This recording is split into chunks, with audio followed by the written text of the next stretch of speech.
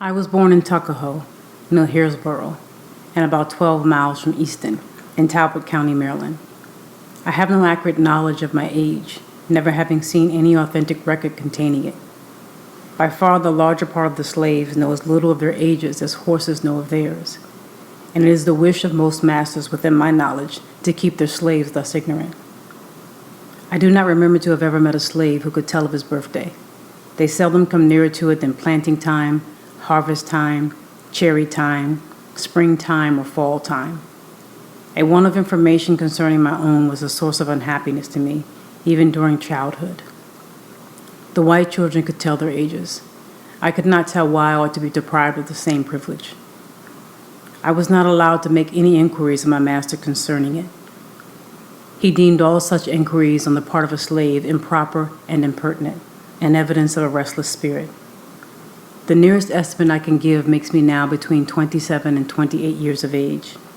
I come to this from hearing my master say, sometime during 1835, I was about 17 years old. My mother was Harriet Bailey. She was the daughter of Isaac and Betsy Bailey, both colored and quite dark. My mother was of a darker complexion than either my grandfather or my grandmother. My father was a white man.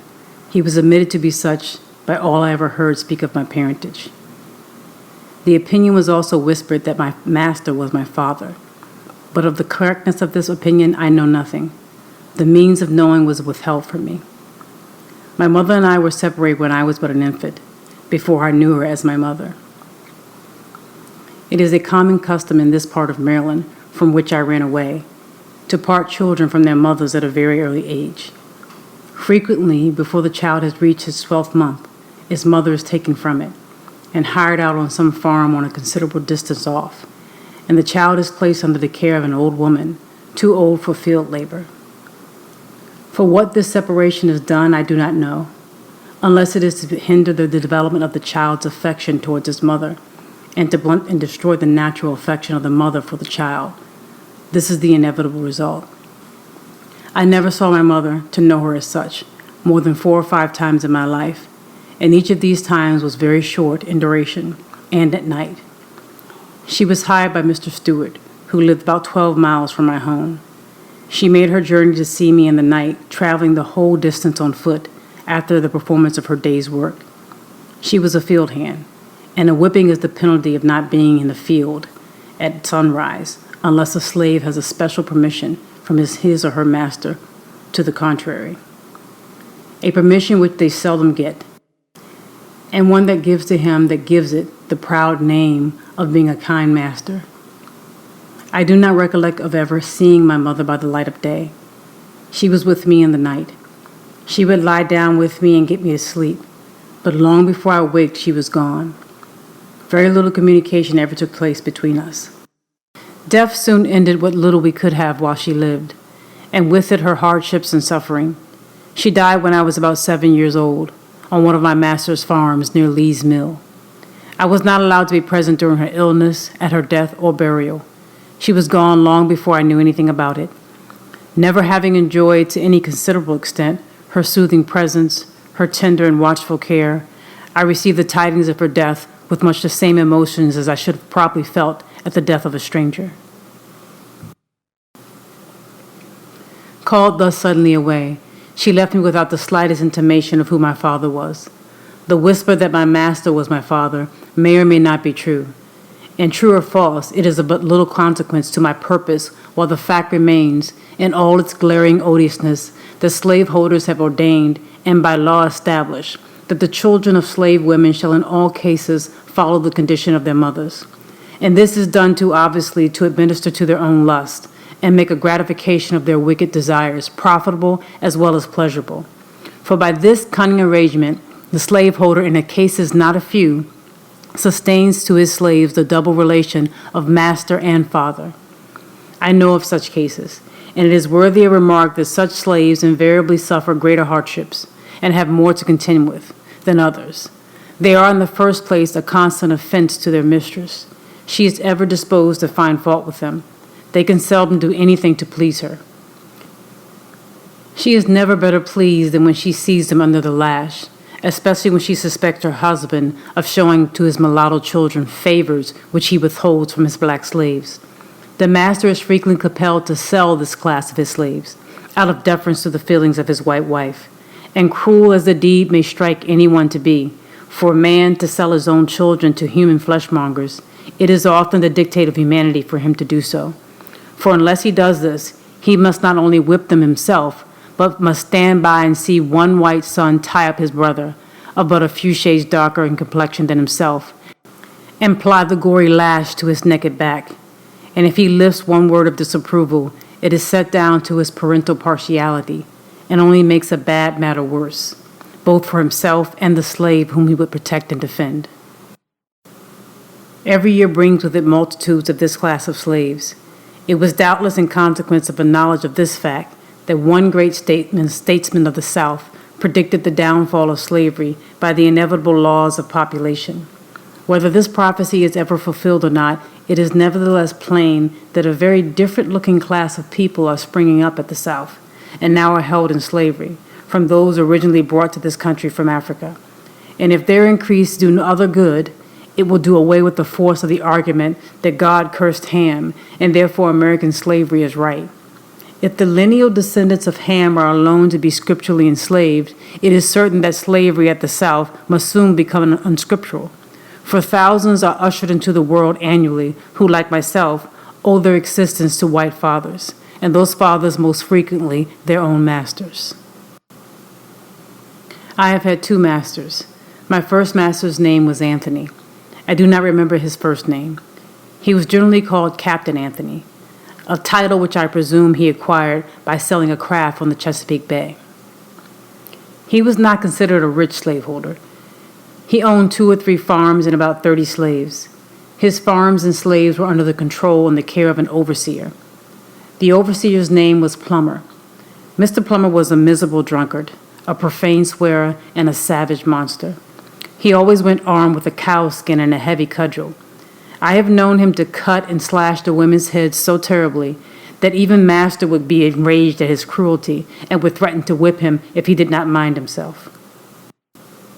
Master, however, was not a humane slaveholder. It required extraordinary barbarity on the part of an overseer to affect him. He was a cruel man, hardened by a long life of slaveholding. He would at times seem to take great pleasure in whipping a slave.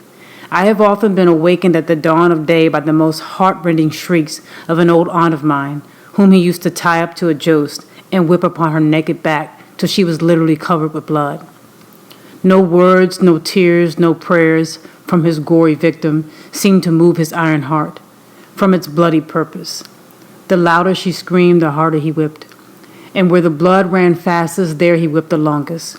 He would whip her to make her scream and whip her to make her hush, and not until overcome by fatigue would he cease to swing the blood-clotted cowskin. I remember the first time I ever witnessed this horrible exhibition. I was quite a child, but I well remember it. I shall never forget it whilst I remember anything. It was the first of a long series of such outrages, of which I was doomed to be a witness and a participant. It struck me with awful force. It was the blood-stained gate, the entrance to the hell of slavery through which I was about to pass. It was a most terrible spectacle.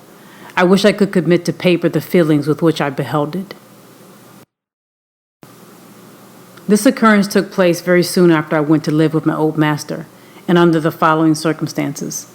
Aunt Esther went out one night, where or for what I do not know, and happened to be absent when my master desired her presence. He had ordered her not to go out evenings, and warned her that she must never let him catch her in company with a young man who was paying attention to her belonging to Colonel Lloyd. The young man's name was Ned Roberts, and generally called Lloyd's Ned. Why master was so careful of her may be safely left to conjecture. She was a woman of noble form and of graceful proportions, having very few equals and few superiors in personal appearance among the colored or white women of our neighborhood. Aunt Esther had not only disobeyed his orders in going out, but had been found in company with Lloyd's Ned, which circumstance I found, from what he said while whipping her, was the chief offense. Had he been a man of pure morals himself, he might have been thought interested in protecting the innocence of my aunt, but those who knew him will not suspect him of any such virtue. Before he commenced whipping Aunt Esther, he took her into the kitchen and stripped her from neck to waist, leaving her neck, shoulders, and back entirely naked. He then told her to cross her hands, calling her at the same time a horrible name. After crossing her hands, he tied them with a strong rope and led her to a stool under a large hook in the joist, put in for the purpose. He made her get upon the stool and tied her hands to the hook. She now stood fair for his infernal purpose. Her arms were stretched out at full length, so that she stood upon the ends of her toes. He then said to her, "Now I'll learn you how to disobey my orders." And after rolling up his sleeves, he commenced to lay on the heavy cow skin. And soon the warm, red blood, amid heartrending shrieks from her and horrid oaths from him, came dripping to the floor. I was so terrified and horror-stricken at the sight that I hid myself in a closet and dared not venture out until long after the bloody transaction was over. I expected it would be my turn next. It was still all new to me. I had never seen anything like it before. I had always lived with my grandmother on the outskirts of the plantation, where she was put to raise the children of the younger women. I had therefore been, until now, out of the way of the bloody scenes that often occurred on the plantation.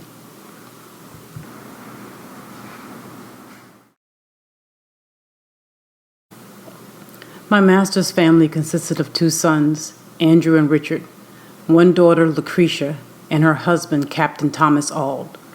They lived in one house upon the home plantation of Colonel Edward Lloyd. My master was Colonel Lloyd's clerk and superintendent. He was what might be called the overseer of overseers. I spent 2 years of childhood on this plantation and my old master's family. It was here that I witnessed the bloody transaction recorded in the first chapter. And as I received my first impressions of slavery on this plantation, I will give some description of it, and of slavery as it there existed.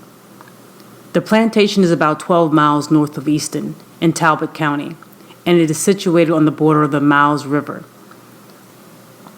The principal products raised upon it were tobacco, corn, and wheat. These were raised in great abundance, so that with the products of this and the other farms belonging to him, he was able to keep in almost constant employment a large sloop in carrying them to market at Baltimore. This sloop was named Sally Lloyd, in honor of one of the colonel's daughters. My master's son-in-law, Captain Auld, was master of the vessel. She was otherwise manned by Colonel Lloyd's own slaves. Their names were Peter, Isaac, Rich, and Jake. These were esteemed very highly by the other slaves, and looked upon as the privileged ones of the plantation, for it was no small affair in the eyes of the slaves to be allowed to see Baltimore. Colonel Lloyd kept from 300 to 400 slaves on his home plantation, and owned a large number more on the neighboring farms belonging to him. The names of the farms nearest to the home plantation were Y-Town and New Design. Y-Town was under the overseership of a man named Noah Willis. New Design was under the overseership of a Mr. Townsend. The overseers of these and all the rest of the farms, numbering over 20, received advice and direction from the managers of the home plantation. This was the great business place. It was the seat of government for the whole 20 farms. All disputes among the overseers were settled here.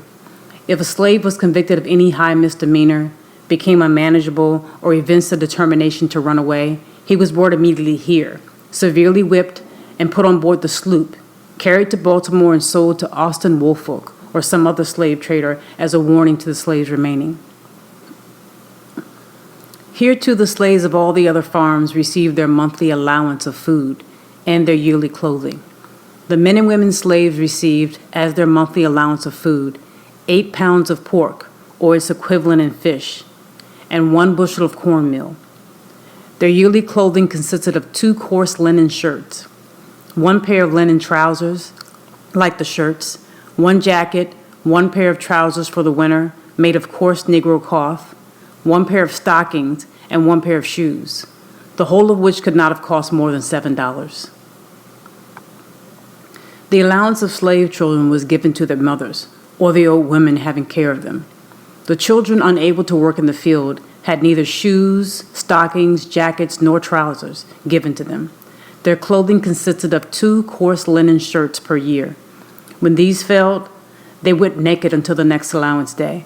Children from 7 to 10 years old of both sexes, almost naked, might be seen at all seasons of the year. There were no beds given the slaves, unless one coarse blanket be considered such, and none but the men and women had these. This, however, is not considered a very great privation. They find less difficulty from the want of beds than from the want of time to sleep. For when their day's work in the field is done, the most of them having their washing, mending, and cooking to do, and having few or none of the ordinary facilities for doing either of these, very many of their sleeping hours are consumed in preparing for the field the coming day. And when this is done, old and young, male and female, married and single, drop down side by side on one common bed, the cold, damp floor, each covering himself or herself with their miserable blankets, and here they sleep till they are summoned to the field by the driver's horn. At the sound of this, all must rise and be off to the field. There must be no halting. Everyone must be at his or her post, and woe betides them who hear not this morning summons to the field. For if they are not awakened by the sense of hearing, they are by the sense of feeling.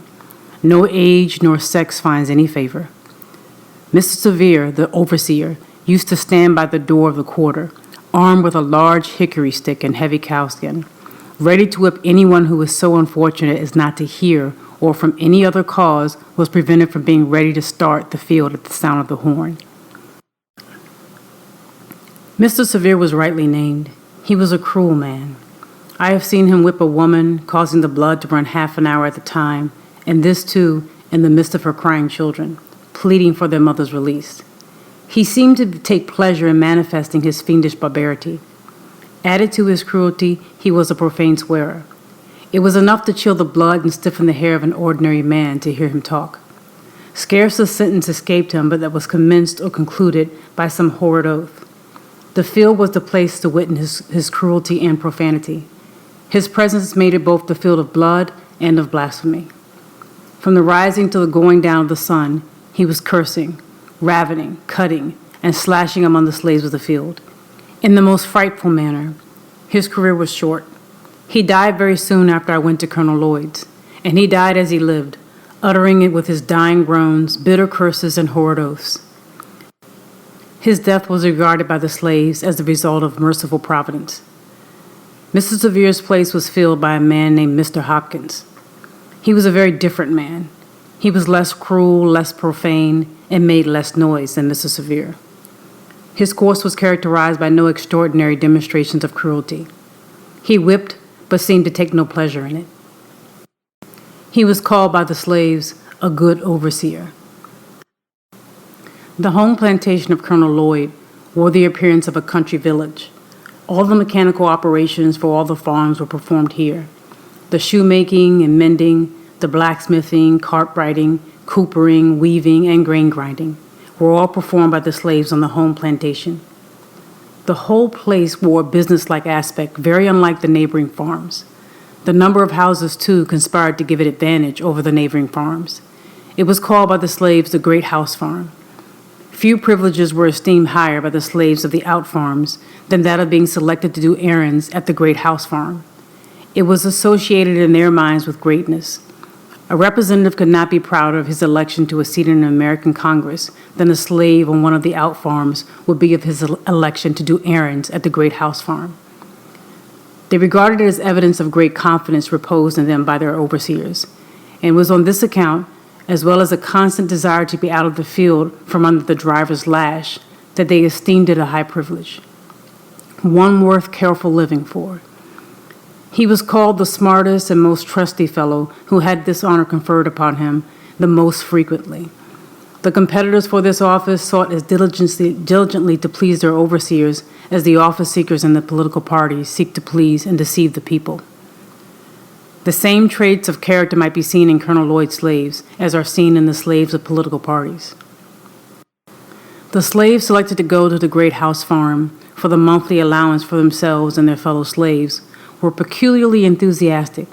While on their way, they would make the dense woods for miles around reverberate with their wild songs, revealing at once the highest joy and the deepest sadness. They would compose and sing as they went along, consulting neither time nor tone.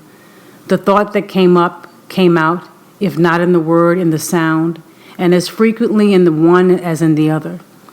They would sometimes sing the most pathetic sentiment in the most rapturous tone, and the most rapturous sentiment in the most pathetic tone. Into all their songs they would manage to weave something of the great house farm, especially would they do this when leaving home. They would sing the most exultantly the following words: "I am going away to the great house farm, oh yeah, oh yeah, oh I am going away." This they would sing as a chorus, two words which to many would seem unmeaning jargon, but which nevertheless were full of meaning to themselves. I have sometimes thought that the mere hearing of those songs would do more to impress some minds with the horrible character of slavery than the reading of whole volumes of philosophy on the subject could do. I did not, when a slave, understand the deep meaning of those rude and apparently incoherent songs. I was myself within the circle, so that I neither saw nor heard as those without might see and hear. They told a tale of woe which was then altogether beyond my feeble comprehension. They were tones loud, long, and deep. They breathed the prayer and complaint of souls boiling over with the bitterest anguish. Every tone was a testimony against slavery and a prayer to God for the deliverance from chains. The hearing of those wild notes always depressed my spirit and filled me with ineffable sadness. I have frequently found myself in tears while hearing them. The mere recurrence to those songs, even now, afflicts me, and while I am writing these lines, an expression of feeling has already found its way down my cheek.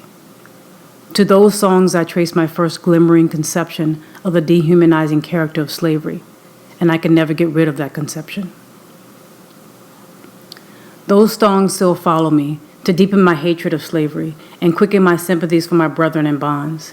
If anyone wishes to be impressed with the soul-killing effects of slavery, let him go to Colonel Lloyd's plantation and on allowance day place himself in the deep pine woods, and there let him in silence analyze the sounds that shall pass through the chambers of his soul.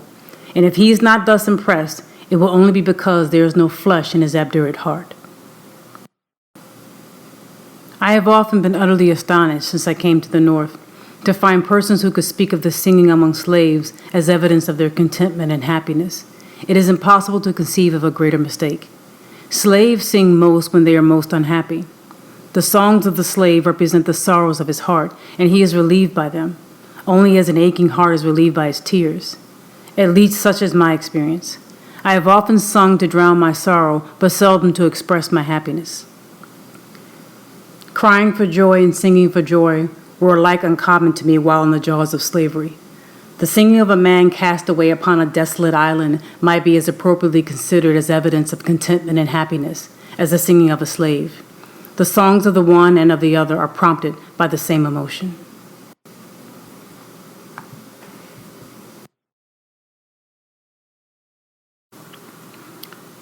Colonel Lloyd kept a large and finely cultivated garden, which afforded almost constant employment of 4 men, besides the chief gardener, Mr. McDermott. This garden was probably the greatest attraction of the place. During the summer months, people came from far and near, from Baltimore, Easton, and Annapolis, to see it. It abounded in fruits of almost every description, from the hardy apple of the North to the delicate orange of the South. This garden was not the least source of trouble on the plantation.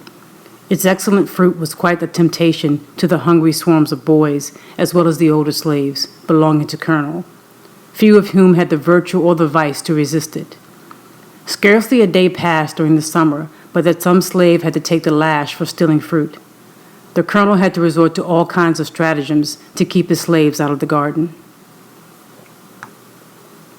The last and most successful one was that of tarring his fence all around, after which, if a slave was caught with any tar upon his person, it was deemed sufficient proof that he had either been into the garden or had tried to get in. In either case, he was severely whipped by the chief gardener. This plan worked well. The slaves became as fearful of the tar as of the lash. They seemed to realize the impossibility of touching tar without being defiled. The colonel also kept a splendid riding equipage. His stable and carriage house presented the appearance of some of our large city livery establishments. His horses were of the finest form and noblest blood. His carriage house contained 3 splendid coaches, 3 or 4 gigs, besides Dearborns and barouches of the most fashionable kind. This establishment was under the care of 2 slaves, Old Barney and young Barney, father and son. To attend to this establishment was their sole work, but it was by no means an easy employment. For in nothing was Colonel Lloyd more particular than in the management of his horses. The slightest inattention to these was unpardonable, and was visited upon those under whose care they were placed with the severest punishment. No excuse could shield them. If the colonel only suspected any want of attention to his horses, a supposition which he frequently indulged, and one which, of course, made the office of old and young Barney a very trying one, they never knew when they were safe from punishment. They were frequently whipped when least deserving, and escaped whipping when most deserving it. Everything depended upon the looks of the horses, and the state of Colonel Lloyd's own mind when his horses were brought to him for use. If a horse did not move fast enough or hold his head high enough, it was owing to some fault of his keepers.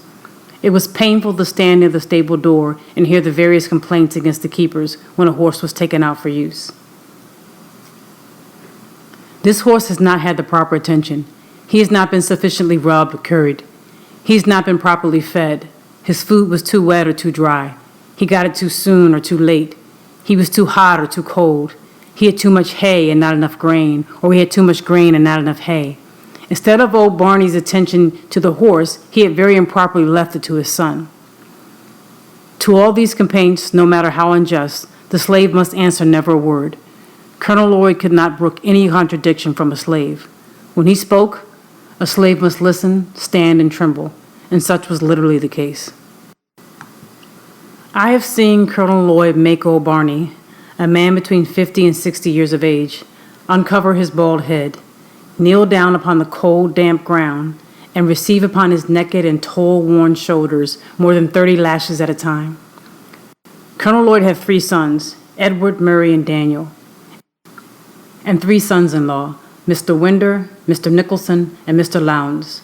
All of these lived in the great house farm and enjoyed the luxury of whipping servants when they pleased, from old Barney down to William Wilkes, the coach driver. I have seen Winder make one of the house servants stand off from him a suitable distance to be touched with the end of his whip, and at every stroke raise great ridges upon his back. To describe the wealth of Colonel Lloyd would be almost equal to describing the riches of Job. He kept from 10 to 15 house servants. He was said to own 1,000 slaves, and I think this estimate quite within the truth.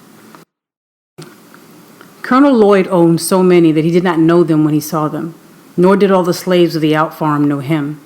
It is reported of him that while riding one day along the road, he met a colored man and addressed him in the usual manner speaking to colored people on the public highways of the South. "Well, boy, whom do you belong to?" "To Colonel Lloyd," replied the slave. "Well, does the colonel treat you well?" "No, sir," was the ready reply. "What, does he work you too hard?" "Yes, sir." "Well, don't he give you enough to eat?" "Yes, sir, he gives me enough, such as it is." The colonel, after ascertaining where the slave belonged, rode on. The man also went on about his business, not dreaming that he had been conversing with his master. He thought, said, and heard nothing more of the matter until 2 or 3 weeks afterwards. The poor man was then informed by his overseer that for having found fault with his master, he was now to be sold to a Georgia trader. He was immediately chained and handcuffed, and thus, without a moment's warning, he was snatched away, and forever sundered from his family and friends by a hand more unrelenting than death. This is the penalty of telling the truth, of telling the simple truth in answer to a series of plain questions. It is partly in consequence of such facts that slaves, when inquired of as to their condition and the character of their masters, almost universally say they are contented, and that their masters are kind. The slaveholders have been known to send in spies among their slaves, to ascertain their views and feelings in regards to their conditions. The frequency of this has had the effect to establish among the slaves the maxim that a still tongue makes a wise head.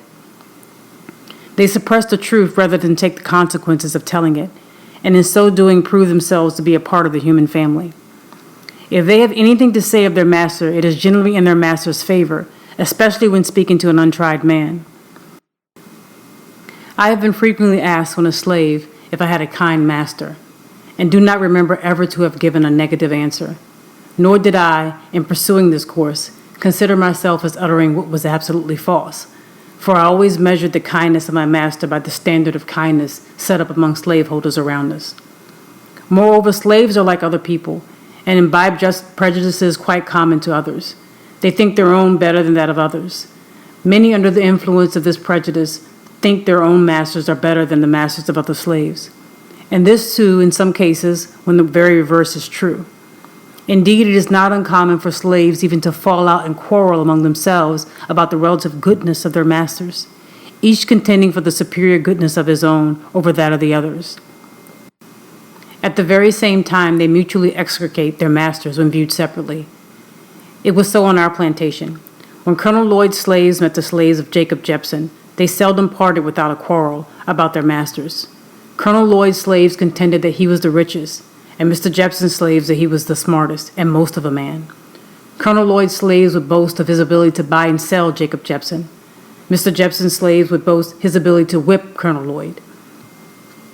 These quarrels would almost always end in a fight between the parties, and those that whipped were supposed to have gained the point at issue. They seemed to think that the greatness of their masters was transferable to them. It was considered as being bad enough to be a slave, but to be a poor man's slave was deemed a disgrace indeed.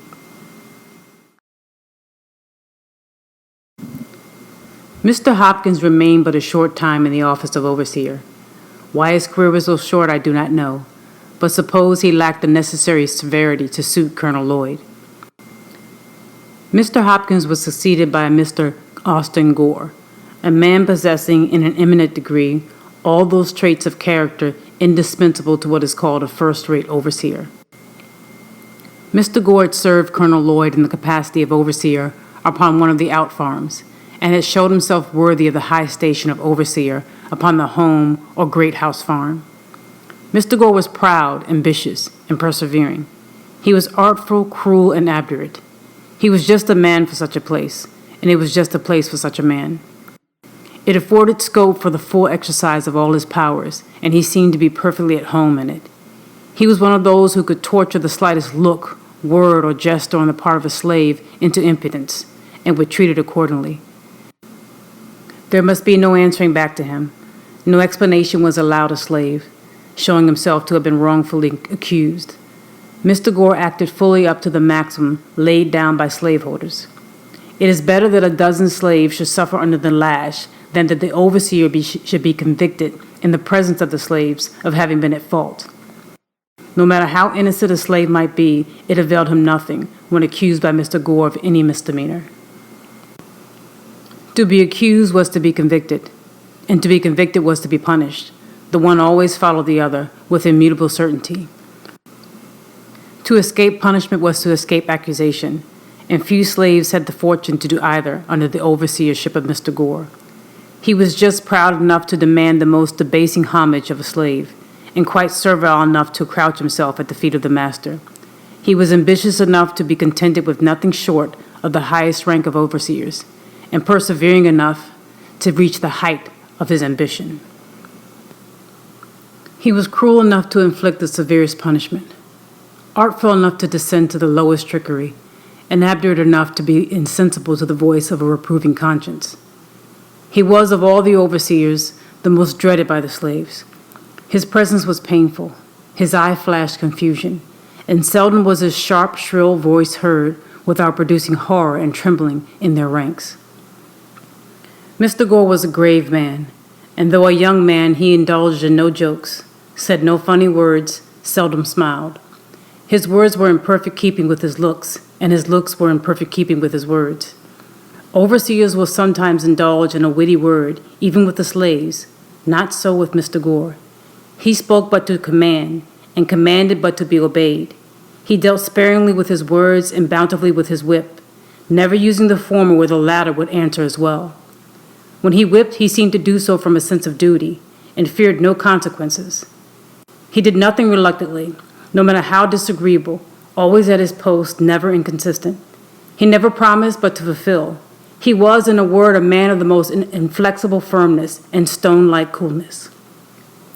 His savage barbarity was equaled only by the consummate coolness with which he committed his grossest and most savage deeds upon the slaves under his charge. Mr. Gore once undertook to whip one of Colonel Lloyd's slaves by the name of Denby. He had given Denby but few stripes, when, to get rid of the scourging, he ran and plunged himself into a creek and stood there at the depth of his shoulders, refusing to come out. Mr. Gore told him that he would give him 3 calls, and that, if he did not come out on the 3rd call, he would shoot him. The first call was given. Denby made no response, but stood his ground. The 2nd and 3rd calls were given with the same result. Mr. Gore then, without consultation or deliberation with anyone, not even giving Denby an additional call, raised his musket to his face, taking deadly aim at his standing victim, and in an instant, poor Denby was no more. His mangled body sank out of sight, and blood and brains marked the water where he had stood. A thrill of horror flashed through every soul upon the plantation, excepting Mr. Gore. He alone seemed cool and collected. He was asked by Colonel Lloyd and my old master why he resorted to this extraordinary expedient. His reply was, as well as I can remember, that Denby had become unmanageable. He was setting a dangerous example to the other slaves, one which, if suffered to pass without some demonstration on his part, would finally lead to the total subversion of all rule and order upon the plantation. He argued that if one slave refused to be corrected and escaped with his life, the others would soon copy the example, the result which would be the freedom of slaves and the enslavement of whites. Mr. Gore's defense was satisfactory. He was continued upon in his station as overseer at the home plantation. His fame as an overseer went abroad. His horrid crime was not even submitted to judicial investigation. It was committed in the presence of slaves, and they, of course, could neither institute a suit nor testify against him. And thus the guilty perpetrator of one of the bloodiest and most foul murders goes unwhipped of justice and uncensored by the community in which he lives. Mr. Gore lived in St. Michael's, Talbot County, Maryland, when I left there. And if he is still alive, he very probably lives there now. And if so, he is now, as he was then, as highly esteemed and as much respected as though his guilty soul had not been stained with his brother's blood. I speak advisedly when I say this, that killing a slave or any colored person in Talbot County, Maryland is not treated as a crime, either by the courts or the community. Mr. Thomas Layman of St. Michael's killed 2 slaves, one of whom he killed with a hatchet by knocking his brains out. He used to boast of the commission of the awful bloody deed. I have heard him do so laughingly, saying among other things that he was the only benefactor of his country in the company, and that when others would do as much as he had done, we should be relieved of the damned niggers. The wife of Mr. Gal Hicks, living but a short distance from where I used to live, murdered my wife's cousin, a young girl between 15 and 16 years of age, mangled her person in the most horrible manner, breaking her nose and her breastbone with a stick, so that the poor girl expired in a few hours afterwards. She was immediately buried, but had not been in her untimely grave but a few hours before she was taken up and examined by the coroner, who decided that she had come to her death by a severe beating. The offense for which this girl was thus murdered was this: she had been set at that night to mind Mrs. Hicks' baby, and during the night she fell asleep, and the baby cried. She, having lost her rest for several nights previous, did not hear the crying. They were both in the room with Mrs. Hicks. Mrs. Hicks, finding the girl slow to move, jumped from her bed, seized an oak stick of wood by the fireplace, and with it broke the girl's nose and her breastbone, and thus ended her life. I will not say that this most horrid murder produced no sensation in the community. It did produce sensation, but not enough to bring the murderers to punishment. There was a warrant issued for her arrest, but it was never served. Thus she escaped not only punishment, but even the pain of being arraigned before a court for her horrid crime. Whilst I am detailing bloody deeds which took place during my stay on Colonel Lloyd's plantation, I will briefly narrate another, which occurred about the same time as the murder of Denby by Mr. Gore. Colonel Lloyd's slaves were in the habit of spending a part of their nights and Sundays in fishing for oysters, and in this way made up the deficiency of their scanty allowance. An old man belonging to Colonel Lloyd, while thus engaged, happened to get beyond the limits of Colonel Lloyd's, and on the premises of Mr. Bill Bondley. At this trespass, Mr. Bondley took offense, and with his musket came down to the shore and blew its deadly contents into the old poor man. Mr. Bonley came over to see Colonel Lloyd the next day. Whether to pay him for his property or to justify himself in what he had done, I do not know. At any rate, this whole fiendish transaction was soon hushed up. There was very little said about it at all, and nothing done. It was a common saying, even among little white boys, that it was worth half a cent to kill a nigger and a half a cent to bury one.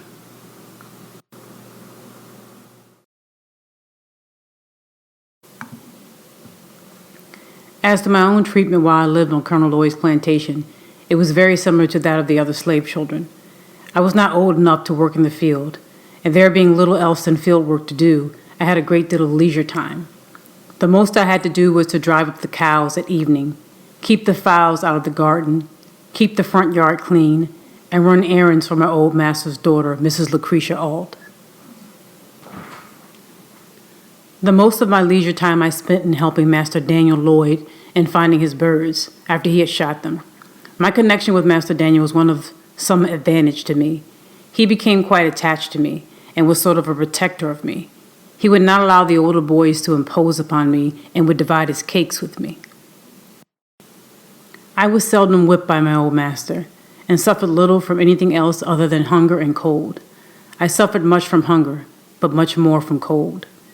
In hottest summer and coldest winter, I was kept almost naked.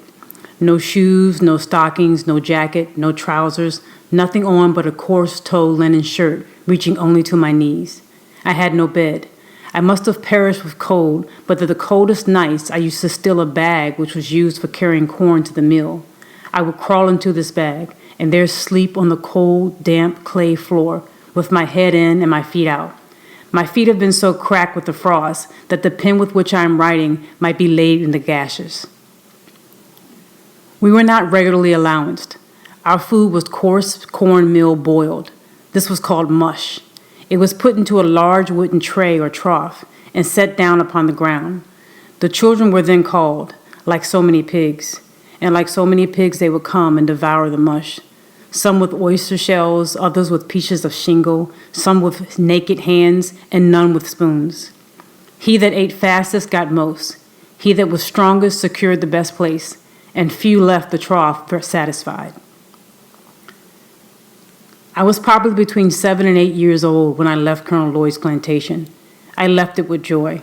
I shall never forget the ecstasy with which I received the news and the intelligence that my old master, Anthony, had determined to let me go to Baltimore to live with Mr. Hugh Auld, brother to my old master's son-in-law, Captain Thomas Auld. I received this information about 3 days before my departure. They were 3 of the happiest days I ever enjoyed. I spent the most part of all of the 3 days in the creek, washing off the plantation scurf and preparing for myself for my departure. The pride of appearance which this would indicate was not my own. I spent the time in washing not so much because I wished to, but because Mrs. Lucretia had told me I must get all the dead skin off my feet and knees before I could go to Baltimore, for the people in Baltimore were very cleanly and would laugh at me if I looked dirty. Besides, she was going to give to me a pair of trousers, which I should not put on unless I got all the dirt off of me. The thought of owning a pair of trousers was great indeed. It was almost a sufficient motive not only to make me take off what would be called by pig drovers the mange, but the skin itself. I went at it in good earnest, working for the first time with the hope of reward. The ties that ordinarily bind children to their homes were all suspended in my case. I found no severe trial in my departure. My home was charmless. It was not home to me. On parting from it, I could not feel that I was leaving anything which I would have enjoyed by staying. My mother was dead. My grandmother lived afar off, so I seldom saw her. I had 2 sisters and 1 brother that lived on the same house with me, but the early separation of us from our mother had well nigh blotted the fact of our relationship from our memories. I looked for home elsewhere, and was confident of finding none which I should relish less than the one which I was leaving.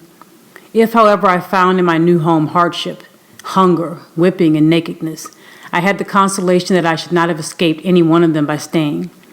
Having already had more than a taste of them in the house of my old master, and having endured them there, I very naturally inferred my ability to endure them elsewhere, and especially at Baltimore. For I had something of a feeling about Baltimore, that is expressed in the proverb that being hanged in England is preferable than dying a natural death in Ireland. I had the strongest desire to see Baltimore. Cousin Tom, though not fluent in speech, had inspired me with that desire by his eloquent description of the place.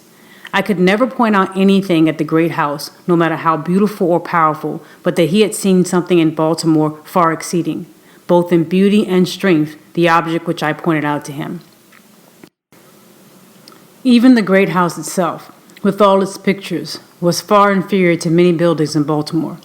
So strong was my desire that I thought a great gratification of it would fully compensate for whatever loss of comforts I should sustain by the exchange.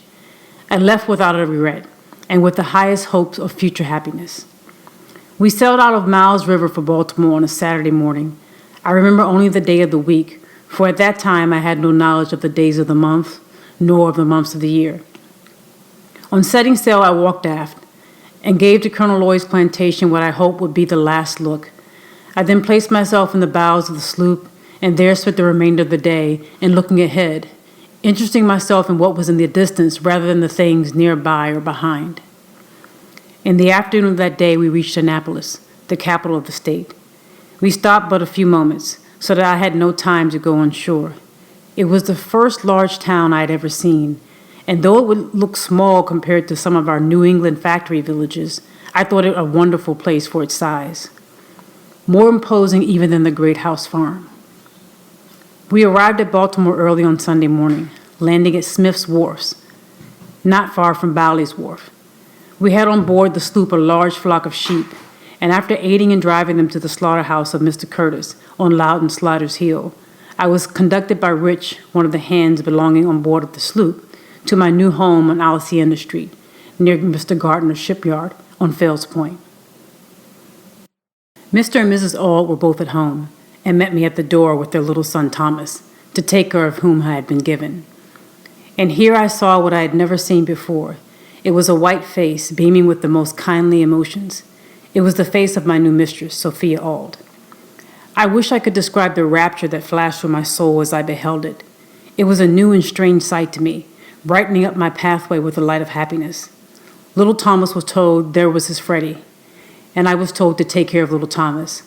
I thus entered upon the duties of my new home with the most cheering prospect ahead. I look upon my departure from Colonel Lloyd's plantation as one of the most interesting events in my life. It is possible, even quite probable, that but for the mere circumstance of being removed from that plantation to Baltimore, I should have today, instead of being here seated by my own table in the enjoyment of freedom and the happiness of home, writing this narrative, been confined in the galling chains of slavery. Going to live at Baltimore laid the foundation and opened the gateway to all my subsequent prosperity. I have ever regarded it as my first plain manifestation of that kind providence which has ever since attended me and marked my life with so many favors. I regarded the selection of myself as being somewhat remarkable. There were a number of slave children that might have been sent from the plantation to Baltimore. There were those younger, those older, and those of the same age. I was chosen from among them all, and was the first, last, and only choice. I may be deemed superstitious and even egotistical in regarding this event as a special interposition of divine providence in my favor, but I should be false to the earliest sentiments of my soul if I suppress the opinion. I prefer to be true to myself, even at the hazard of incurring the ridicule of others, rather than to be false and incur my own abhorrence. From my earliest recollection, I date the entertainment of a deep conviction that slavery would not always be able to hold me within its foul embrace. And in the darkest hour of my career in slavery, this living word of faith and spirit of hope departed not from me, but remained like ministering angels to cheer me through the gloom. This good spirit was from God, and to him I offer thanksgiving and praise.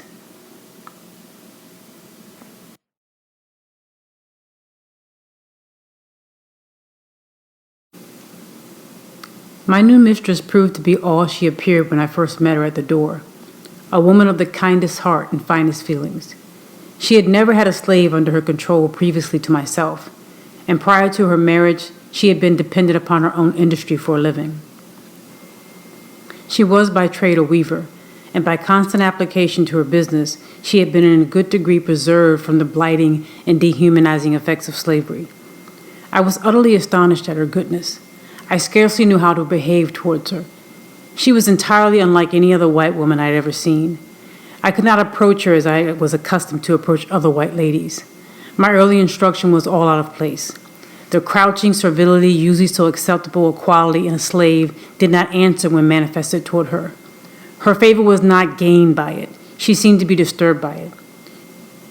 She did not deem it impudent or unmannerly for a slave to look her in the face. The meanest slave was put fully at ease in her presence, and none left without feeling better for having seen her. Her face was made of heavenly smiles, and her voice of tranquil music.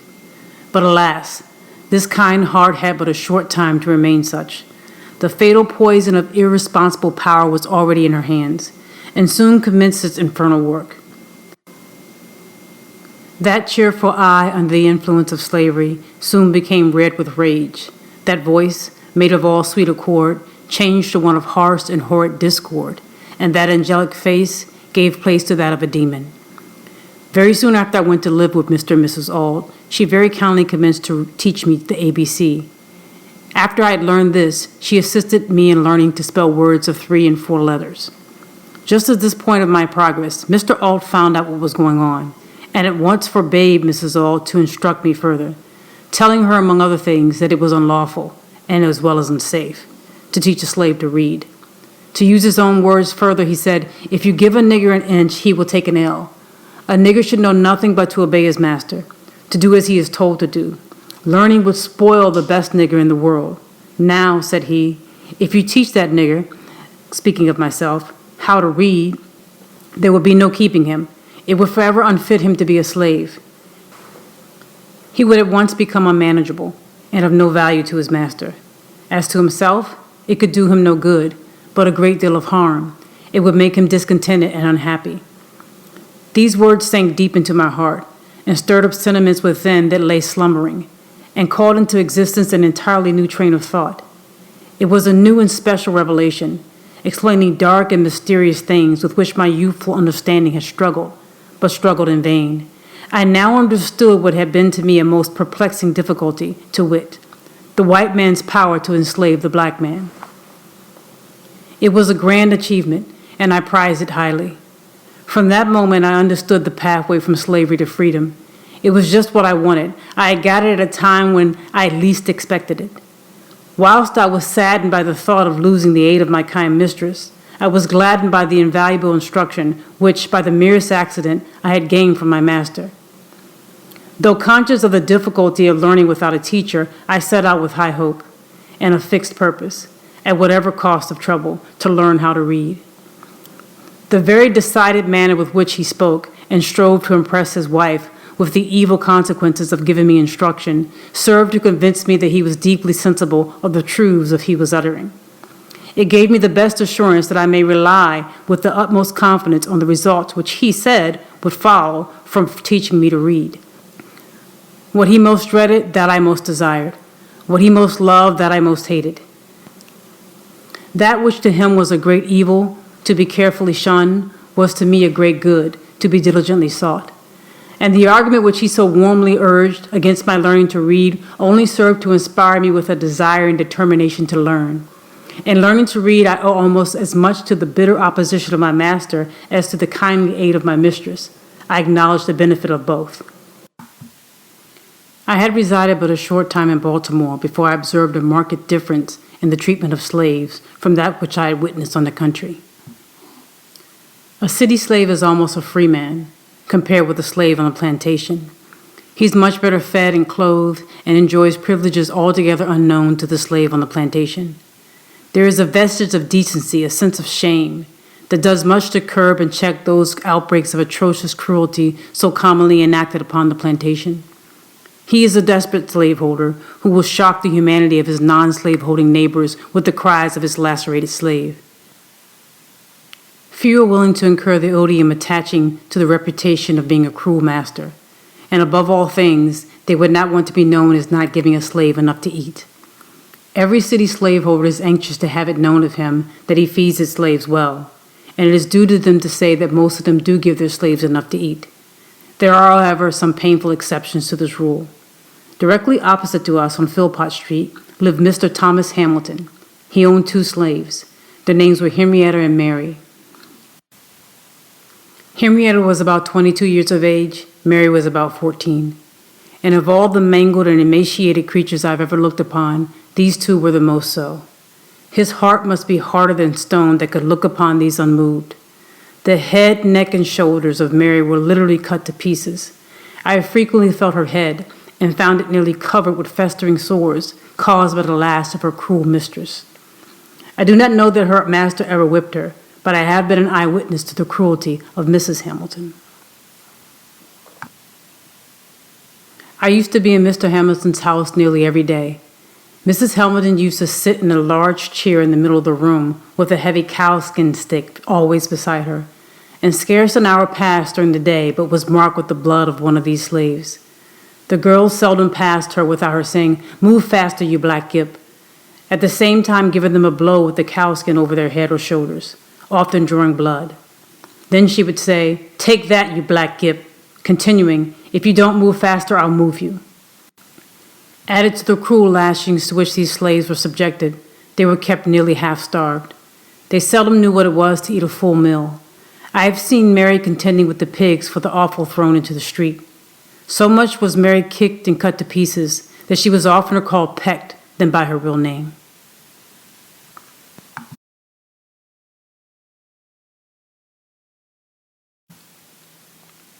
I lived in Mr. Hughes' family about 7 years.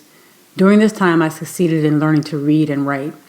In accomplishing this, I was compelled to resort to various stratagems. I had no regular teacher.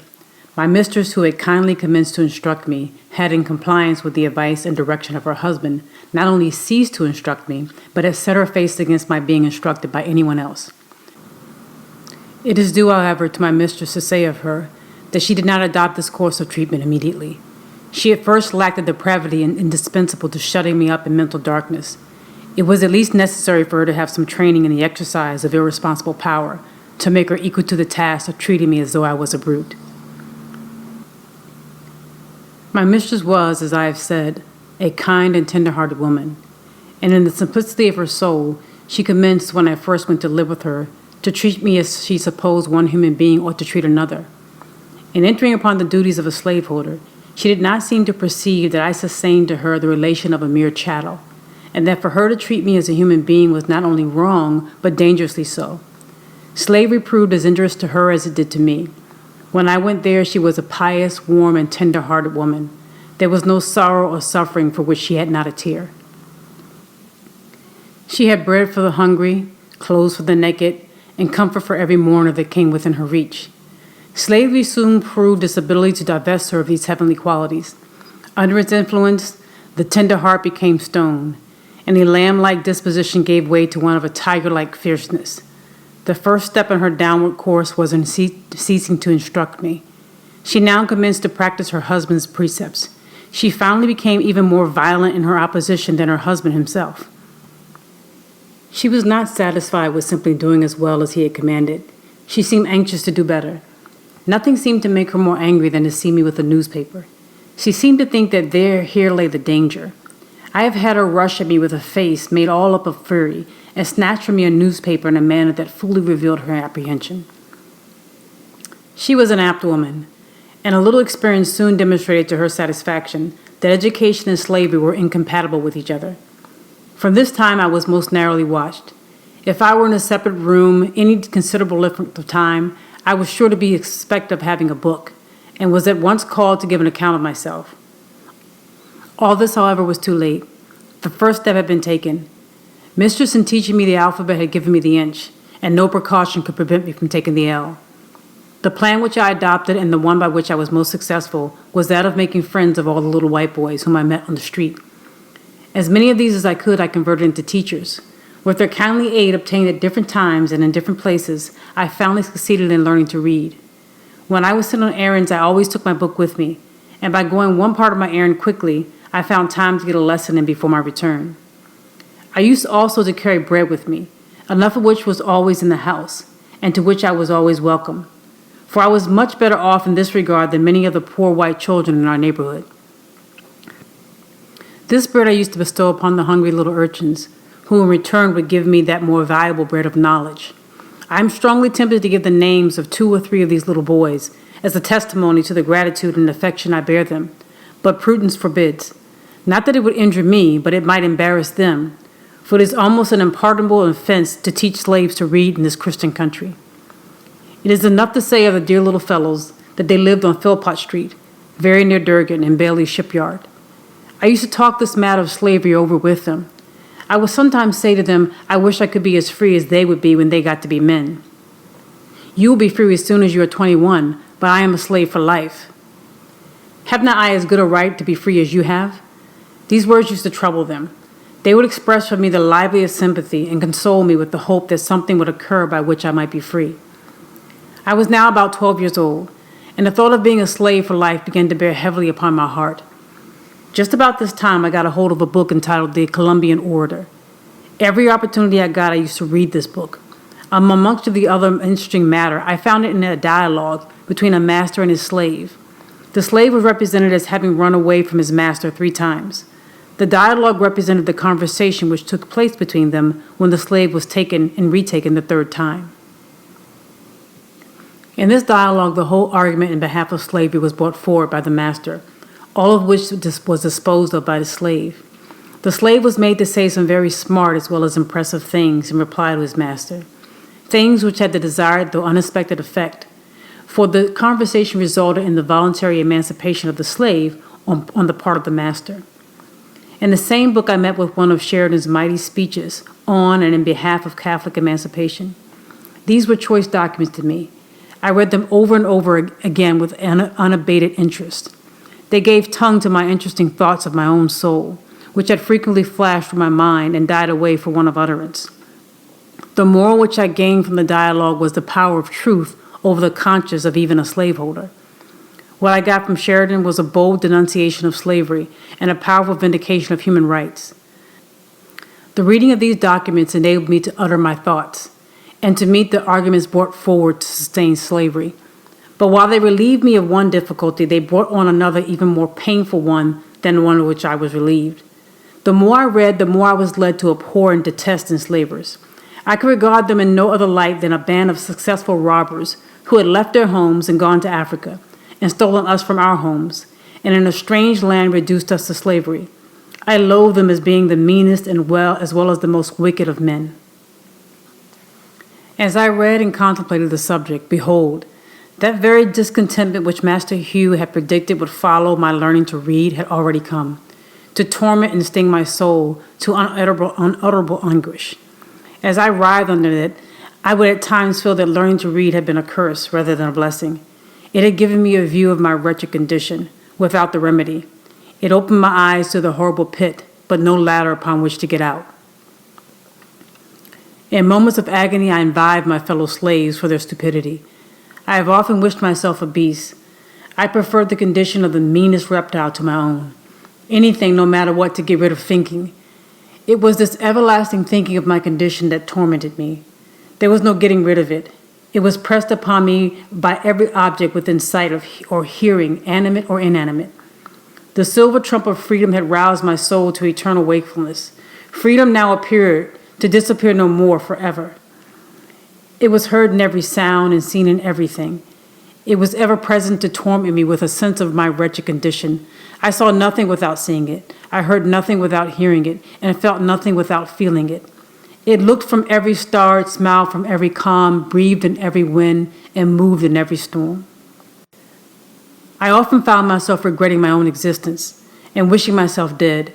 And but for the hope of being free, I have no doubt but that I should have killed myself or done something for which I should have been killed. While in this state of mind, I was eager to hear anyone speak of slavery. I was a ready listener. Every little while, I could hear something about the abolitionists. It was some time before I found what the word meant. It was always used in such connections as to make it an interesting word to me. If a slave ran away and succeeded in getting clear, or if a slave killed his master, set fire to a barn, or did anything very wrong in the mind of a slaveholder, it was always spoken of as the fruit of abolition. Hearing the word in this connection very often, I set about learning what it meant. The dictionary afforded me little or no help. I found it was the act of abolishing, but then I did not know what was to be abolished. Here I was perplexed. I did not dare to ask anyone about this meeting, for I was satisfied that it was something they wanted me to know very little about. After a patient waiting, I got one of our city newspapers, containing an account of the number of petitions from the North praying for the abolition of slavery in the District of Columbia and of the slave trade between the states. From this time, I understood the words abolition and abolitionist, and always drew near to that word when it was spoken, expecting to hear something of importance to myself and to fellow slaves. The light broke in upon me by degrees. I went one day down to the wharf of Mr. Waters, and seeing two Irishmen unloading a scow of stone, I went, unasked, and helped them. When we had finished, one of them came to me and asked me if I were a slave. I told him I was. He asked, "Are ye a slave for life?" I told him that I was. The good Irishman seemed to be deeply affected by the statement. He said to the other that it was a pity so fine a little fellow as myself should be a slave for life. He said it was a shame to hold me. They both advised me to run away to the North, that I should find friends there, and that I should be free. I pretended not to be interested in what they said, and treated them as if I did not understand them, for I feared they may be treacherous. White men have been known to encourage slaves to escape, and then, to get a reward, catch them and return them to their masters. I was afraid that these seemingly good men might use me so, but I nevertheless remembered their advice, and from that time I resolved to run away. I looked forward to a time at which it would be safe for me to escape. I was too young to think of doing so immediately. Besides, I wished to learn how to write, as I might have occasion to write my own past. I consoled myself with the hope that I should one day find a good chance. Meanwhile, I would learn to write. The idea as how I might learn to write was suggested to me by being in Durgan and Bailey's shipyard, and frequently seeing the ship carpenters, after hewing and getting a piece of timber ready for use, write on the timber the name of that part of the ship for which it was intended.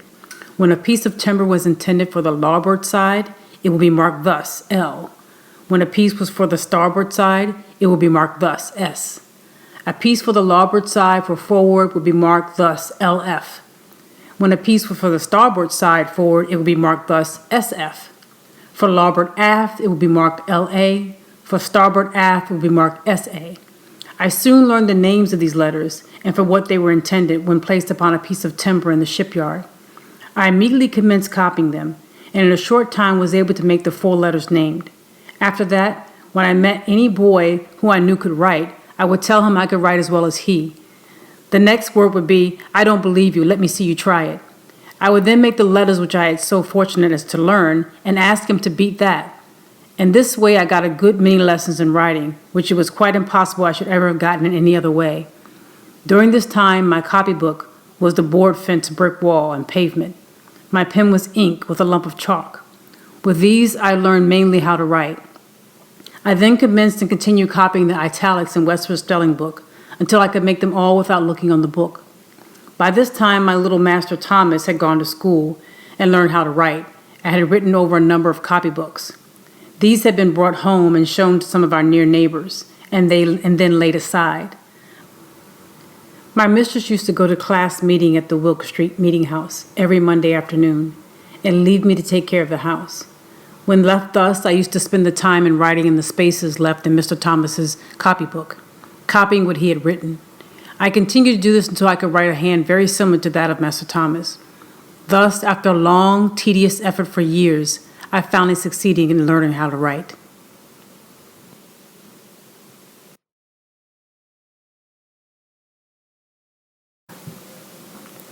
In a very short time after I went to live at Baltimore, my old master's youngest son, Richard, died. And in about 3 years and 6 months after his death, my old master, Captain Anthony, died, leaving only his son, Andrew, and daughter, Lucretia, to share his estate. He died while on visit to see his daughter at Hillsborough. Cut off thus unexpectedly, he left no will as to the disposal of his property. It was therefore necessary to have a valuation of the property, that it might be equally divided between Mrs. Lucretia and Master Andrew. I was immediately sent for, to be valued with the other property. Here again my feelings rose up in detestation of slavery. I had now a new conception of my degraded condition. Prior to this I had become, if not insensible to my lot, at least partly so. I left Baltimore with a young heart overborne with sadness, and a soul full of apprehension. I took passage with Captain Rowe in the schooner Wildcat, and after a sail of about 24 hours, I found myself near the place of my birth. I had now been absent from it almost, if not quite 5 years. I, however, remembered the place very well. I was only about 5 years old when I left it to go and live with my old master on Colonel Lloyd's plantation, so that I now was between 10 and 11 years old. We were all ranked together at the Valuation. Men and women, old and young, married and single, were ranked with horses, sheep, and swine. There were horses and men, cattle and women, pigs and children, all holding the same rank on the scale of being, and were all subjected to the same narrow examination. Silvery-headed aged and sprightly youth, maids and matrons had to undergo the same indelicate inspection. At this moment I saw more clearly than ever the brutal effects of slavery upon both the slave and the slaveholder. After the valuation, then came the division.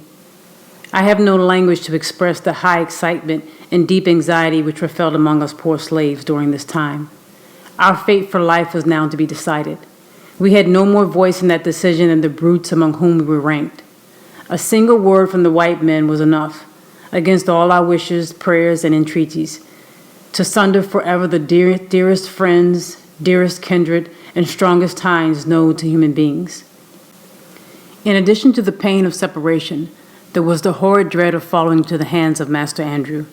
He was known to us all as being a most cruel wretch, a common drunkard who had, by his reckless mismanagement and profligate dissipation, already wasted a large portion of his father's property.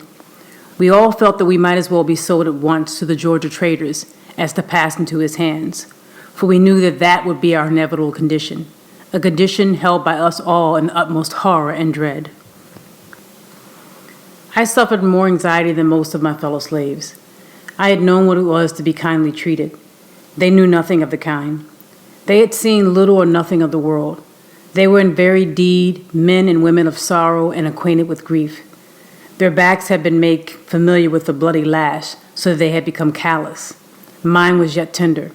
For while at Baltimore I got few whippings, and few slaves could boast of a kinder master and mistress than myself, and the thought of passing out of their hands into those of Master Andrew, a man who but a few days before, to give me a sample of his bloody disposition, took my little brother by the throat, threw him on the ground, and with the heel of his boot stamped upon his head till the blood gushed from his nose and ears, was well calculated to make me anxious as to my fate. After he had committed this savage outrage upon my brother, he turned to me and said that that was the way he intended to serve me one of these days, meaning, I suppose, when I came into his possession. Thanks to a kind providence, I fell to the portion of Mrs. Lucretia and was sent immediately back to Baltimore to live again in the family of Master Hugh. Their joy at my return equaled their sorrow at my departure. It was a glad day to me. I had escaped a worse than lion's jaws. I was absent from Baltimore for the purpose of valuation and division just about 1 month, and it seemed to have been 6. Very soon after my return to Baltimore, my Mistress Lucretia died, leaving her husband and 1 child, Amanda. And in a very short time after her death, Mr. Andrew died. Now all the property of my old master, slaves included, was in the hands of strangers who had had nothing to do with accumulating it. Not a slave was left free. All remained slaves, from the youngest to the oldest. If any one thing in my experience, more than any other, served to deepen my conviction of the infernal character of slavery and to fill me with unutterable loathing of slaveholders, it was their base ingratitude to my poor old grandmother. She had served my old master faithfully from youth to old age. She had been the source of all his wealth. She had peopled his plantation with slaves. She had become a great-grandmother in his service. She had rocked him in his infancy, attended him in his childhood, served him through life, and at his death wiped from his icy cold brow the death sweat and closed his eyes forever. She was nevertheless left a slave for life, a slave in the hands of strangers, and in their hands she saw her children, her grandchildren, and her great-grandchildren divided like so many sheep, without being gratified with the small privilege of a single word as to their or her own destiny.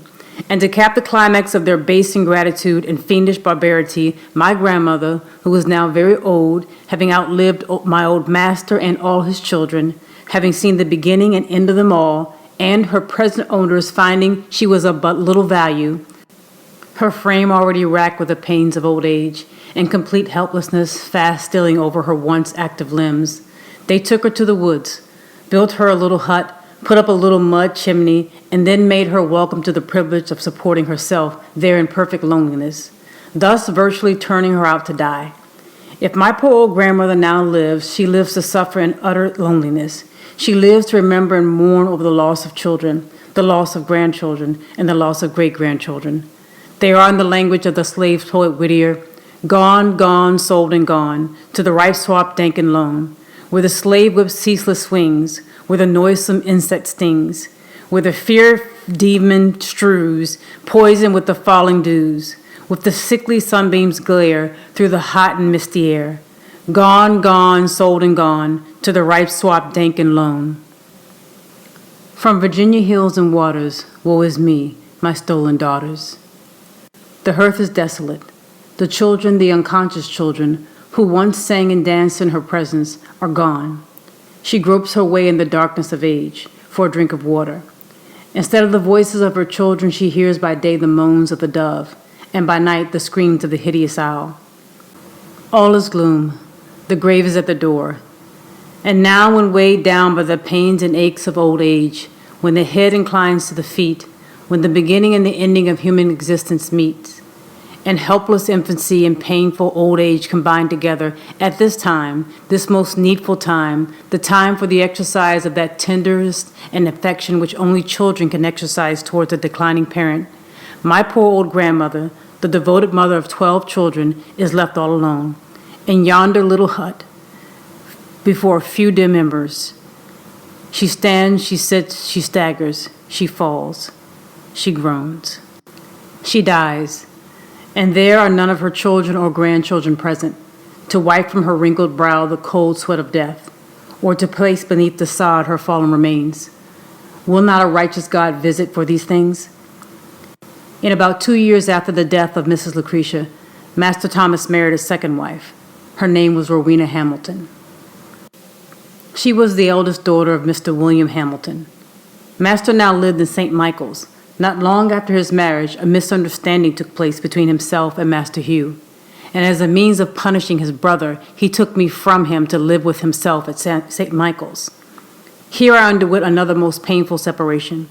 It, however, was not so severe as the one I dreaded at the division of property, for during this interval a great change had taken place in Master Hugh and his once kind and affectionate wife. The influence of brandy upon him and of slavery upon her had effected a disastrous change in the characters of the both. So that as far as they were concerned, I thought I had little to lose by the change. But it was not to them that I was attached. It was to those little Baltimore boys that I felt the strongest attachment. I had received many good lessons from them and was still receiving them, and the thought of leaving them was painful indeed. I was leaving too without the hope of ever being allowed to return. Master Thomas had said he would never let me return again. The barrier betwixt himself and brother he considered impassable. I then had to regret that I did not at least make the attempt to carry out my resolution to run away, for the chances of success are tenfold greater from the city than from the country. I sailed from Baltimore for St. Michael's in the sloop Amanda, Captain Edward Dodson. On my passage, I paid particular attention to the direction which the steamboats took to go to Philadelphia. I found instead of going down on reaching North Point, they went up the bay in a northeast direction. I deemed this knowledge of the utmost importance. My determination to run away was again revived. I resolved to wait only so long as the offering of a favorable opportunity. When that came, I was determined to be off.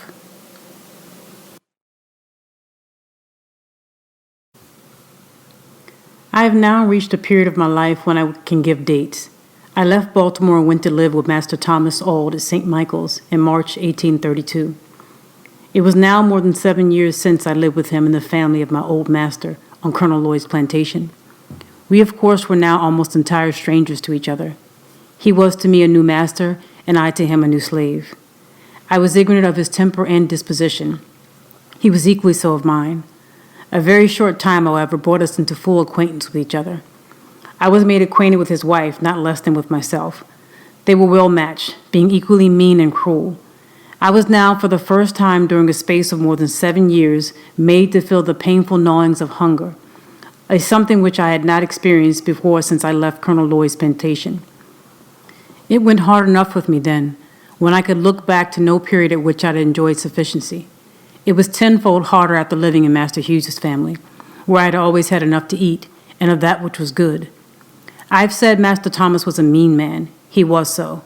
Not to give a slave enough to eat is regarded as the most aggravated development of meanness, even among slaveholders. The rule is, no matter how coarse the food, only let there be enough of it. This is the theory, and in the part of Maryland from which I came, it is a general practice, though there are many exceptions. Master Thomas gave us enough of neither coarse nor fine food. There were 4 slaves of us in the kitchen, my sister Eliza, my Aunt Priscilla, Henny, and myself, and we were allowed less than a half a bushel of cornmeal per week, and very little else, either in the shape of meat or vegetables. It was not enough for us to subsist upon. We were therefore reduced to the wretched necessity of living at the expense of our neighbors. This we did by begging and stealing, whichever came in handy in the time of need, the one being considered as legitimate as the other. A great many times have we poor creatures been nearly perishing with hunger, when food in abundance lay smoldering in the safe and smokehouse, and our pious mistress was aware of the fact, and yet that mistress and her husband would kneel every morning and pray that God would bless them in basket and store. Bad as all slaveholders are, we seldom meet one destitute of every element of character commanding respect. My master was one of this rare sort. I do not know of one single noble act ever performed by him. The leading trait in his character was meanness, and if there were any other element in his nature, it was made subject to this. He was mean, and like most other mean men, he lacked the ability to conceal his meanness. Captain Auld was not born a slaveholder. He had been a poor man, master of only a baycraft. He came into possession of all his slaves by marriage, and of all men, adopted slaveholders are the worst. He was cruel, but cowardly. He commanded without firmness. In the enforcement of his rules, he was at times rigid and at times lax. At times he spoke to his slaves with the firmness of Napoleon and the fury of a demon. At other times he might well be mistaken for an inquirer who had lost his way. He did nothing of himself. He might have passed for a lion but for his ears. In all things noble which he attempted, his own meanness shone most conspicuous.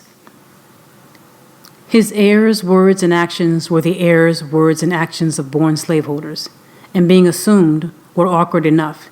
He was not even a good imitator. He possessed all the disposition to deceive, but wanted the power. Having no resources within himself, he was compelled to be the copyist of many, and being such, he was forever the victim of inconsistency, and of consequence, he was an object of contempt, and was held as such even by his slaves. The luxury of having slaves of his own to wait upon him was something new and unprepared for. He was a slaveholder without the ability to hold slaves. He found himself incapable of managing his slaves either by force, fear, or fraud. We seldom called him master. We generally called him Captain Auld, and were hardly disposed to title him at all. I doubt not that our conduct had much to do with making him appear awkward, and of consequence fretful. Our want of reverence for him must have perplexed him greatly. He wished to have us call him master, but lacked the firmness necessary to command us to do so. His wife used to insist upon us calling him so, but to no purpose. In August 1832, my master attended a Methodist camp held in the Bayside, Talbot County, and there experienced religion. I indulged a faint hope that his conversion would lead him to emancipate his slaves, and that, if he did not do this, it would at any rate make him more kind and humane. I was disappointed in both of these respects. It neither made him to be more humane to his slaves, nor to emancipate him. If it had any effect on his character, it made him more cruel and hateful in all his ways. For I believe him to have been a much worse man after his conversion than before. Prior to his conversion, he relied upon his own depravity to shield and sustain him in his savage barbarity. But after his conversion, he found religious sanction and support for his slaveholding cruelty. He made the greatest pretensions to piety. His house was a house of prayer. He prayed morning, noon, and night. He very soon distinguished himself among his brethren and was soon made a class leader and exhorter. His activity in revivals was great. He proved himself an instrument in the hands of the church in converting many souls. His house was the preacher's home.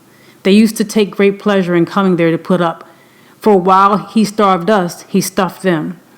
We have had 3 or 4 preachers there at a time. The names of those who used to come most frequently while I lived there were Mr. Storks, Mr. Erie, Mr. Humphrey, and Mr. Hickey. I have also seen Mr. George Cookman at our house. We slaves loved Mr. Cookman. We believed him to be a good man. We thought him instrumental in getting Mr. Samuel Harrison, a very rich slaveholder, to emancipate his slaves, and by some means got the impression that he was laboring to effect the emancipation of all the slaves. When he was at our house, we were sure to be called into prayers. When the others were there, we were sometimes called in and sometimes not. Mr. Cookman took more notice of us than either of the other ministers. He could not come among us without betraying his sympathy for us, and stupid as we were, we had the sagacity to see it. While I lived with my master in St. Michael's, there was a white young man, a Mr. Wilson, who proposed to keep a Sabbath school for the instruction of such slaves as might be disposed to learn to read the New Testament. We met but 3 times when Mr. West and Mr. Fairbanks, both class leaders, with many others, came in upon us with sticks and other missiles, drove us off, and forbade us to ever meet again. This ended our little Sabbath school on the pious town of St. Michael's. I have said my master found religious sanction for his cruelty.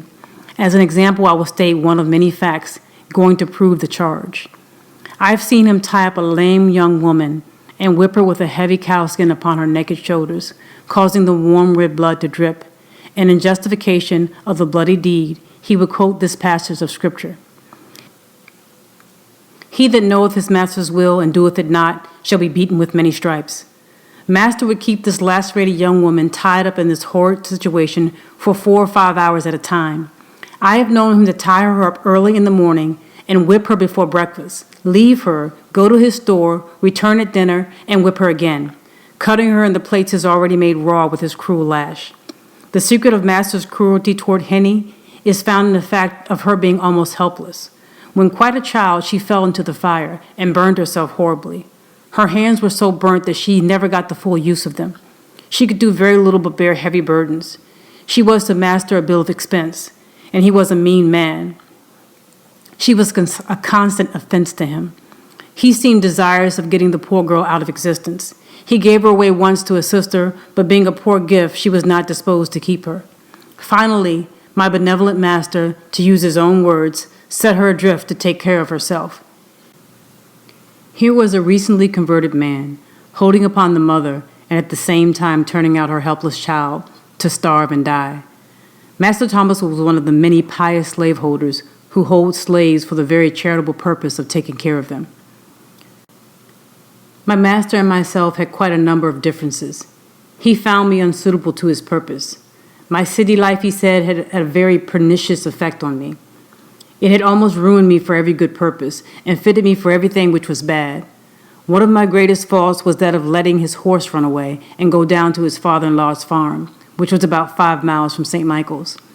I would then have to go after it. My reason for this kind of carelessness or carefulness was that I could always get something to eat when I went down there. Master William Hamilton, my master's father-in-law, always gave his slaves enough to eat. I never left there hungry, no matter how great the need of my speedy return. Master Thomas at length said he would stand it no longer. I had lived with him 9 months, during which time he had given me a number of severe whippings, all to no good purpose. He resolved to put me out, as he said, to be broken, and for this purpose he let me for 1 year to a man named Edward Covey. Mr. Covey was a poor man, a farm renter. He rented the place upon which he lived, as also the hands with which he tilled it. Mr. Covey had acquired a very high reputation for breaking young slaves, and his reputation was of immense value to him. It enabled him to get his farm tilled with much less expense to himself than he could have it done without such a reputation. Some slaveholders thought it not much loss to allow Mr. Covey to have their slaves for 1 year, for the sake of training to which they were subjected, without any other compensation. He could hire young help with great ease. In consequence of his reputation, added to the natural good qualities of Mr. Covey, he was a professor of religion, a pious soul, a member and a class leader of the Methodist Church. All of this added weight to his reputation as a nigger breaker. I was aware of all the facts, having been made acquainted with them by a young man who had lived there. I nevertheless made the change gladly, for I was sure of getting enough to eat, which is not the smallest consideration to a hungry man.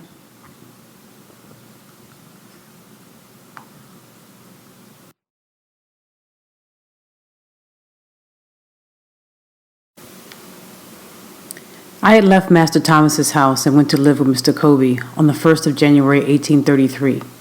I was now for the first time in my life a field hand. In my new employment, I found myself even more awkward than a country boy appeared to be in a large city. I had been in my new home but 1 week before Mr. Covey gave me a severe whipping, cutting my back, causing the blood to run, and raising ridges on my flesh as large as my little finger. The details of this affair are as follows. Mr. Covey sent me very early in the morning of one of the coldest days in the month of January to the woods to get a load of wood. He gave me a team of unbroken oxen. He told me which was the in-hand ox and which of the off-hand one. He then tied the end of a large rope around the horns of the in-hand ox and gave me the other end of it, and told me if the oxen started to run that I must hold upon the rope. I had never driven oxen before, and of course it was very awkward. I, however, succeeded in getting to the edge of the woods with little difficulty. But I had gotten a few rods into the woods when the oxen took fright and started full tilt, carrying the cart against trees and over stumps in the most frightful manner. I expected every moment that my brains would be dashed out against the trees. After running thus for a considerable distance, they finally upset the cart, dashing it with great force against a tree, and threw themselves into a dense thicket. How I escaped death I do not know. There I was entirely alone in a thick wood in a place new to me. The cart was upset and shattered, my oxen were entangled among the young trees, and there was none to help me. After a long spell of effort, I succeeded in getting my cart righted, my oxen disentangled, and again yoked to the cart.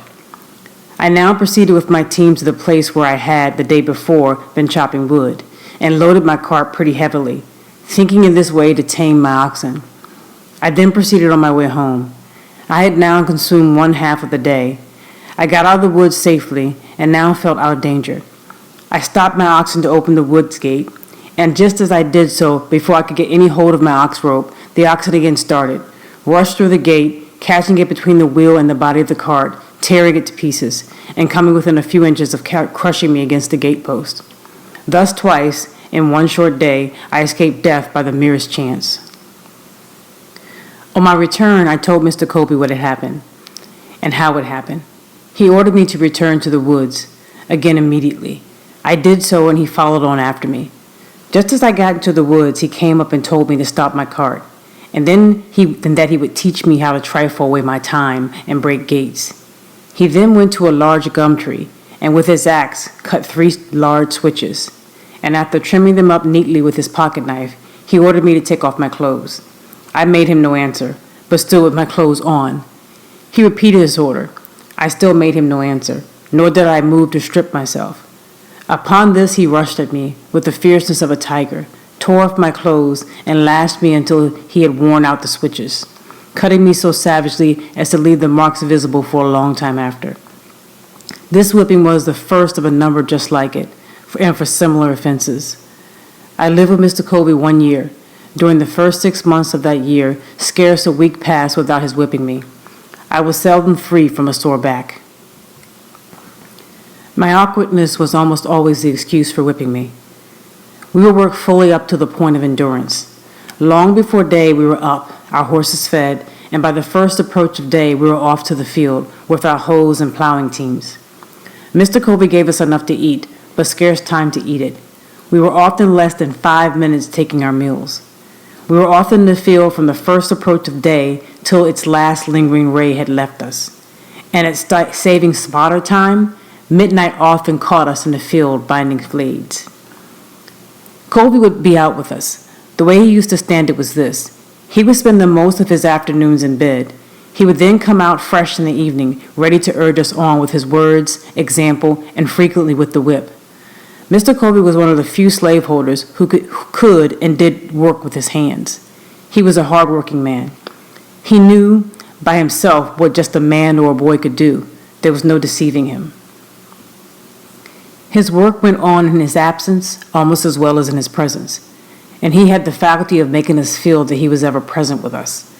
This he did by surprising us. He seldom approached the spot where we were working openly, if he could do so in secret. He was always aimed at taking us by surprise. Such was his cunning that we used to call him among ourselves the snake. When we were at work in the cornfield, he would sometimes crawl on his hands and knees to avoid detection. And at once he would rise nearly in our midst and scream out, "Ha, ha, come, dash on, dash on." This being his mode of attack, it was never safe to stop a single minute. His comings were like a thief in the night. He appeared to us as being ever at hand. He was under every tree, behind every stump, in every bush, and at every window on the plantation. He would sometimes mount his horse, as if bound to St. Malcolm's, a distance of 7 miles, and in a half an hour afterwards you would see him coiled up in the corner of the wood fence, watching every motion of the slaves. He would for this purpose leave his horse tied up in the woods. Again, he would sometimes walk up to us and give us orders as though he was upon the point of starting a long journey, turn his back upon us, and make as though he was going to the house to get ready. And before he would get halfway thither, he would turn short and crawl into a fence or a corner or behind some tree, and there watch us until the going down of the sun. Mr. Covey's forte consisted in his power to deceive. His life was devoted to planning and perpetuating the grossest deceptions. Everything he possessed in the shape of learning or religion he made conform to his disposition to deceive. He seemed to think himself equal to deceiving the Almighty. He would make a short prayer in the morning and a long prayer at night, and strange as it may seem, few men would at times appear more devotional than he. The exercises of his family devotions were always commenced with singing, and, as he was a very poor singer himself, the duty of raising the hymn generally came upon me. He would read his hymn and nod at me to commence. I would at times do so, at others I would not. My non-compliance would almost always produce much confusion. To show himself independent of me, he would start and stagger through with his hymn in the most discordant manner. In this state of mind, he prayed with more ordinary spirit. Poor man, such was his disposition and success at deceiving. I do verily believe that he sometimes deceived himself into the solemn belief that he was a sincere worshiper of the Most High God, and this too at a time when he may be said to have been guilty of compelling his woman slave to commit the sin of adultery. The facts in the case are these. Mr. Covey was a poor man. He was just commencing in life. He was only able to buy one slave, and shocking as the fact is, he bought her, as he said, for a breeder. This woman was named Caroline. Mr. Covey bought her from Mr. Thomas Lowe, about 6 miles from St. Michael's. She was a large, able-bodied woman, about 20 years old. She had already given birth to one child, which proved her to be just what he wanted. After buying her, he hired a married man of Mr. Samuel Harrison to live with him 1 year, and him he used to fasten up with her every night. The result was that at the end of the year, the miserable woman gave birth to twins. At this result, Mr. Covey seemed to be highly pleased, both with the man and the wretched woman. Such was his joy and that of his wife, that nothing they could do for Caroline during her confinement was too good or too hard to be done. The children were regarded as being quite an addition to his wealth. If at any one time of my life, more than another, I was made to drink the bitterest dregs of slavery, that time was during the first 6 months of my stay with Mr. Covey. We were worked in all weathers. It was never too hot or too cold. It could never rain, blow, hail, or snow too hard for us to work in the field. Work was scarcely more the order of the day than of the night. The longest days were too short for him, the shortest nights too long for him. I was somewhat unmanageable when I first went there, but a few months of this discipline tamed me. Mr. Covey succeeded in breaking me. I was broken in body, soul, and spirit. My natural elasticity was crushed, my intellect languished. The disposition to read departed. The cheerful spark that lingered about my eye died. The dark night of slavery closed in upon me, and behold, a man transformed into a brute. Sunday was my only leisure time. I spent this in sort of a beast-like stupor, between sleep and wake, under some large tree. At times I would rise up, a flash of energetic freedom would dart through my soul, accompanied with a faint beam of hope that flickered for a moment and then vanished. I sank down again, mourning over my wretched condition. I was sometimes prompted to take my life, and that of Covey, but was prevented by a combination of hope and fear. My sufferings on this plantation seemed now like a dream rather than a stern reality. Our house stood within a few rods of the Chesapeake Bay, whose broad bosom was ever white with sails from every quarter of the habitable globe. Those beautiful vessels, robed in purest white, so delightful to the eye of freedmen, were to me so many shrouded ghosts to terrify and torment me with thoughts of my wretched condition. I have often, in the deep stillness of a summer's Sabbath, stood alone upon the lofty banks of the noble bay, and traced, with sadness in heart and tearful eye, the countless number of sails moving off to the mighty ocean. The sight of these always affected me powerfully. My thoughts would compel utterance, and there, with no audience but the Almighty, I would pour out my soul's complaint, in my rude way, with an apostrophe to the moving multitude of ships. You are loose from your moorings and are free. I am fast in my chains, and I am a slave. You move merrily before the gentle gale, and I sadly before the bloody whip. You are freedom's swift-winged angels that fly round the world. I am confined in the bands of iron. Oh, that I were free. Oh, that I were on one of your gallant decks and under your protecting wing. Alas, betwixt me and you the turbid waters roll. Go on, go on. Oh, that I could also go.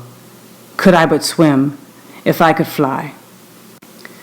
Oh, why was I born a man, of whom to make a brute? The glad ship is gone, she hides in the dim distance. I am left in the hottest hell of unending slavery. Oh, God, save me. God, deliver me. Let me be free. Is there any God? Why am I a slave? I will run away. I will not stand it. Get caught or get clear, I will try it. I had as well die with ague as the fever. I had only one life to lose. I had as well be killed running as die standing. Only think of it. 100 miles straight north, and I am free. Try it. Yes, God helping me, I will. It cannot be that I shall live and die a slave. I will take to the water. This very bay shall yet bear me into freedom. The steamboat steered in a northeast course from North Point. I will do the same, and when I get to the head of the bay, I will turn my canoe adrift and walk straight through Delaware into Pennsylvania. When I get there, I shall not be required to have a pass. I can travel without being disturbed. Let but the first opportunity offer, and come what will, I am off. Meanwhile, I will try to bear up under the yoke. I'm not the only slave in the world. Why should I fret? I can bear as much as any of them. Besides, I am but a boy, and all boys are bound to someone. It may be that this misery and slavery will only increase my happiness when I get free. There is a better day coming. Thus I used to think, and thus I used to speak to myself, goaded almost to madness at one moment, and at the next reconciling myself to my wretched lot. I have already intimated that my condition was much worse during the first 6 months of my stay at Mr. Covey's than in the last 6. The circumstances leading to the change in Mr. Covey's course toward me form an epoch in my humble story. You have now seen how a man was made a slave. You shall now see how a slave was made a man. On one of the hottest days of the month of August, 1833, Bill Smith, William Hughes, a slave named Eli, and myself were engaged in fanning wheat. Hughes was clearing the fanned wheat from before the fan. Eli was turning, Smith was feeding, and I was carrying the wheat to the fan. The work was simple, requiring strength rather than intellect. Yet to one entirely unused to such work, it came very hard. About 3 o'clock of that day, I broke down. My strength failed me. I was seized with a violent aching of the head, attended with extreme dizziness. I trembled in every limb. Finding what was coming, I nerved myself up, feeling it would never do to stop work. I stood as long as I could stagger to the hopper with grain. When I could stand no longer, I fell, and felt as if held down by an immense weight. The fan, of course, stopped. Everyone had his work to do, and no one could do the work of the other and have his own go on at the same time. Mr. Covey was at the house, about 100 yards from the treading yard where we were fanning. On hearing the fan stop, he left immediately and came to the spot where we were. He hastily inquired what the matter was. Bill answered that I was sick and there was no one to bring the wheat to the fan. I had by this time crawled away under the side of the post and the rail fence by which the yard was enclosed, hoping to find some relief by getting out of the sun. He then asked where I was. He was told by one of the hands. He came to the spot and after looking at me a while asked me what was the matter. I told him as well as I could, for I scarce had strength to speak. He then gave me a savage kick to the side and told me to get up. I tried to do so, but fell back in the attempt. He gave me another kick and again told me to rise. I again tried and succeeded in gaining my feet, but stooping to get the tub with which I was feeding the fan, I again staggered and fell. While down in the situation, Mr. Covey took up the hickory slack with which Hughes had been striking off the half-bushel measure, and with it gave me a heavy blow upon the head, making a large wound, and the blood ran freely, and with this again told me to get up. I made no effort to comply, having now made up my mind to let him do his worst. In a short time after receiving this blow, my head grew better. Mr. Covey had now left me to my fate. At this moment I resolved, for the first time, to go to my master, enter a complaint and ask his protection. In order to do this, I must that afternoon walk 7 miles, and this, under the circumstances, was truly a severe undertaking. I was exceedingly feeble, made so much as by the kicks and blows which I received, as by the severe fit of sickness to which I had been subjected. I, however, watched my chance, while Covey was looking in the opposite direction, and started out for St. Michael's. I succeeded in getting considerable distance on my way to the woods when Covey discovered me and called after me to come back, threatening what he would do if I did not come. I disregarded both his calls and his threats and made my way to the woods as fast as my feeble state would allow. And thinking I might be overhauled by him if I kept to the road, I walked through the woods, keeping far enough from the road to avoid detection and near enough to prevent losing my way. I had not gone far before my little strength again failed me. I could go no further.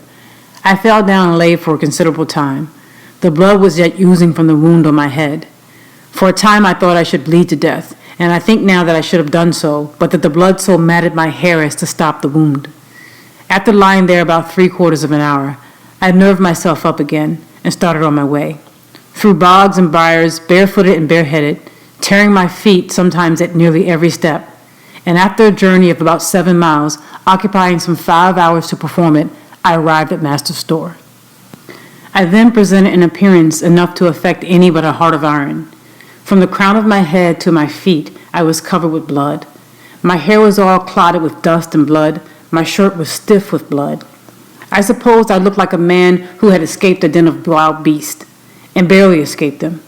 In this state I appeared before my master, humbly entreating him to interpose his authority for my protection. I told him all the circumstances as well as I could, and it seemed, as I spoke, at times to affect him. He would then walk the floor and seek to justify Covey by saying he expected I deserved it. He asked me what I wanted.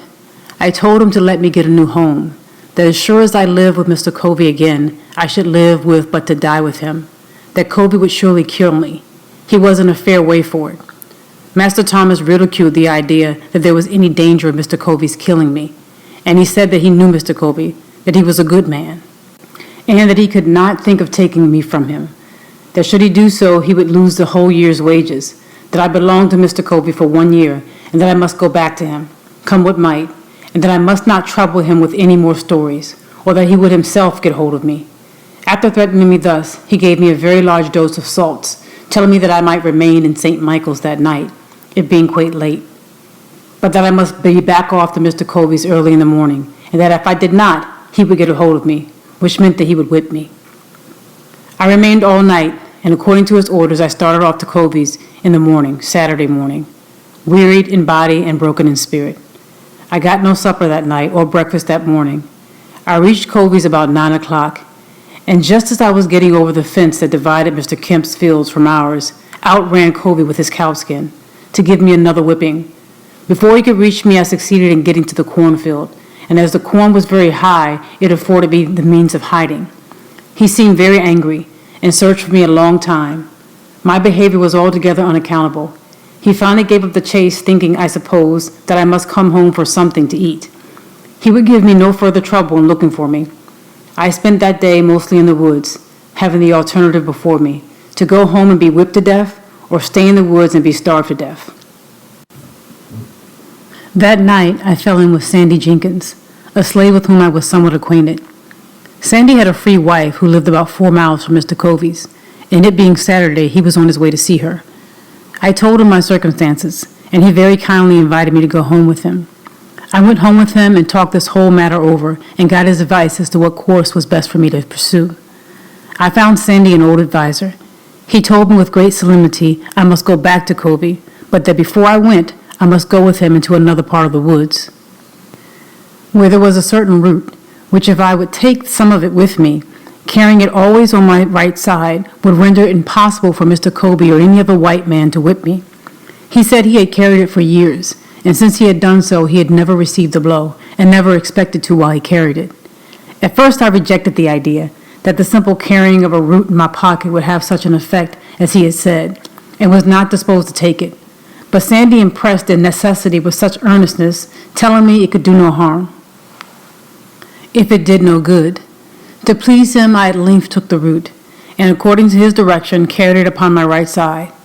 This was Sunday morning. I immediately started for home, and upon entering the yard gate, out came Mr. Covey on his way to meeting. He spoke to me very kindly, bade me drive the pigs in from the lot nearby, and passed on towards the church. Now this singular conduct of Mr. Covey really made me begin to think that there was something in the root which Sandy had given me, and had it been on any other day than Sunday, I could have attributed the conduct to no other cause than the influence of that root. And as it was, I was half inclined to think the root to be something more than I had first taken it to be. All went well until Monday morning. On this morning, the virtue of the root was fully tested. Long before daylight, I was called to go and rub and curry and feed the horses. I obeyed, and was glad to obey. But whilst thus engaged, whilst in the act of throwing down some blades from the loft, Mr. Covey entered the stable with a long rope, and just as I was half out of the loft, he caught hold of my legs and was about tying me. As soon as I found what he was up to, I gave a sudden spring, and as I did so, he, holding on to my legs, was brought sprawling onto the stable floor. Mr. Covey seemed to now think that he had me, and he could do what he pleased. But at this moment, from whence came the spirit I do not know, I resolved to fight. And suiting my action to that resolution, I seized Covey hard by the throat, and as I did so, I rose. He held on to me, and I to him. My resistance was so entirely unexpected that Covey seemed taken all aback. He trembled like a leaf. This gave me assurance, and I held him uneasy, causing the blood to run where I touched him with the ends of my fingers. Mrs. Covey soon called out to Hughes for help. Hughes came, and while Covey held me, attempted to tie my right hand. While he was in the act of doing so, I watched my chance and gave him a heavy kick close under the ribs. This kick fairly sickened Hughes, so that he left me in the hands of Mr. Covey. This kick had the effect of not only weakening Hughes, but Covey also. When he saw Hughes bending over with pain, his courage quailed. He asked me if I meant to persist in my resistance. I told him I did, come what might, that he had used me like a brute for 6 months, and that I was determined not to be used so any longer. With that, he strove to drag me to a stick that was laying just outside of the stable door. He meant to knock me down, but just as he was leaning over to get the stick, I seized him with both of my hands by his collar and brought him by a sudden snatch to the ground. By this time, Bill came. Covey called upon him for assistance. Bill wanted to know what he could do. Covey said, "Take hold of him, take hold of him." Bill said his master had hired him out to work and not to help him with me. So he left Covey and myself to fight out our own battle. We were at it for nearly 2 hours.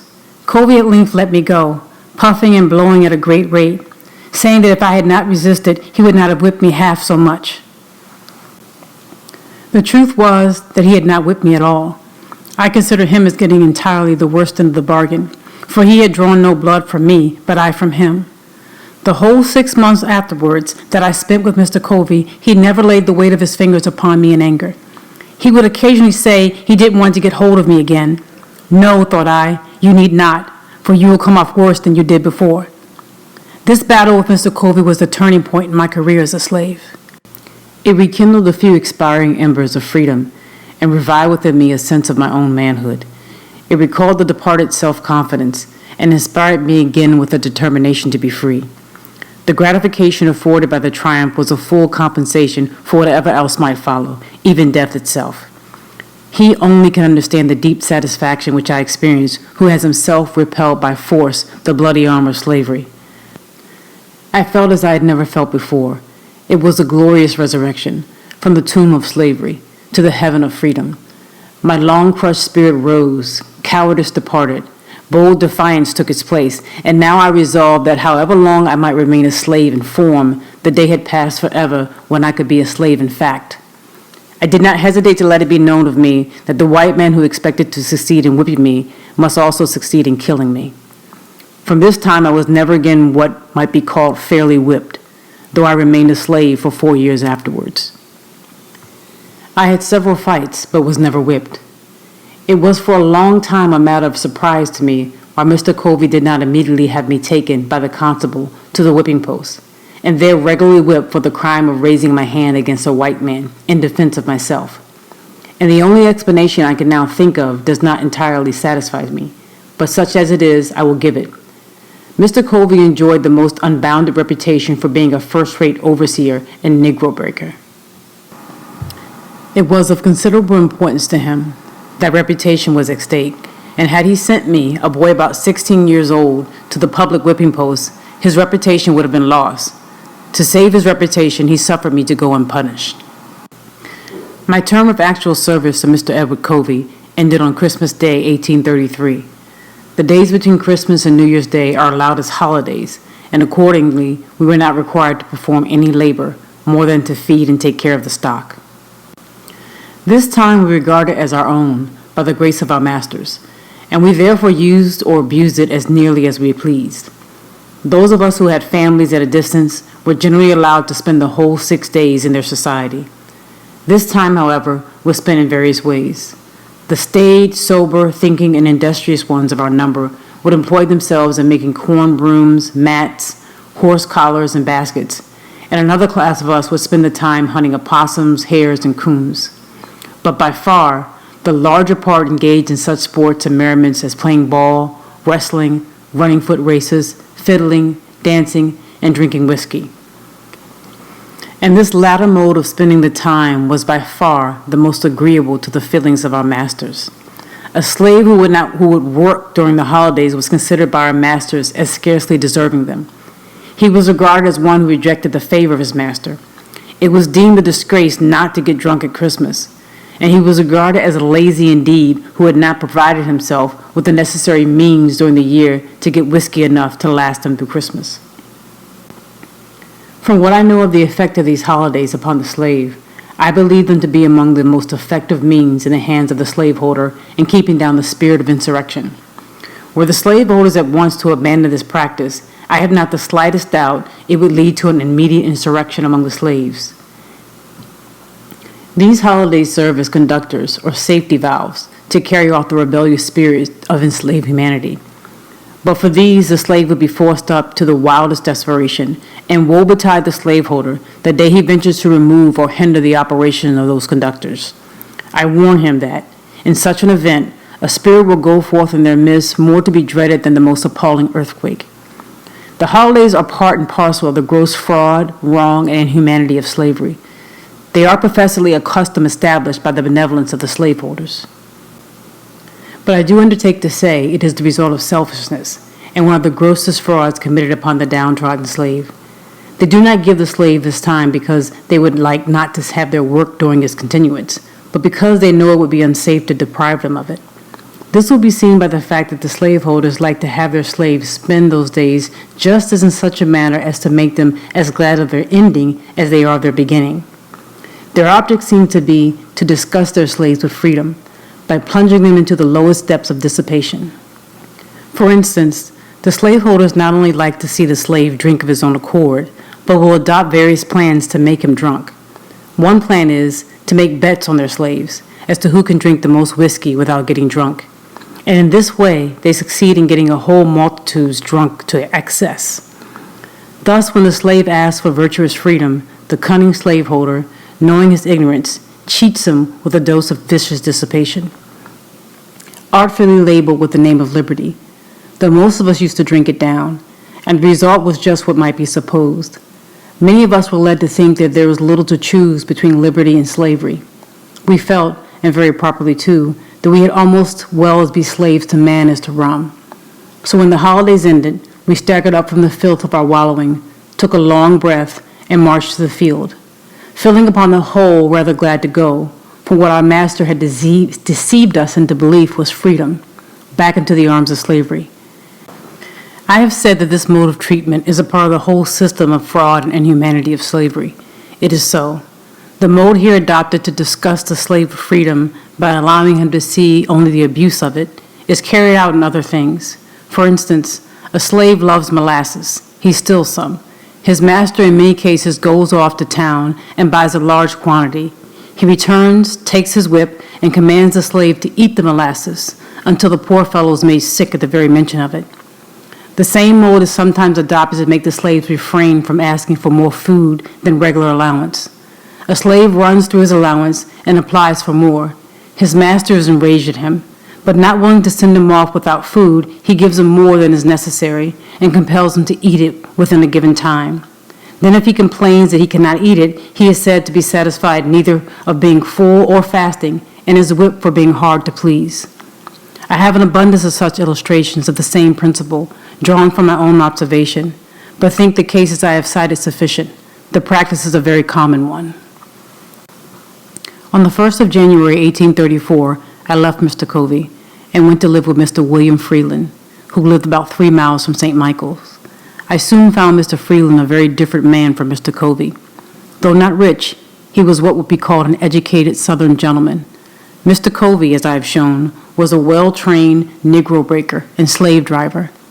The former, slaveholder though he was, seemed to possess some regard for honor, some reverence for justice, and some respect for humanity. The latter seemed totally insensible to all such sentiments.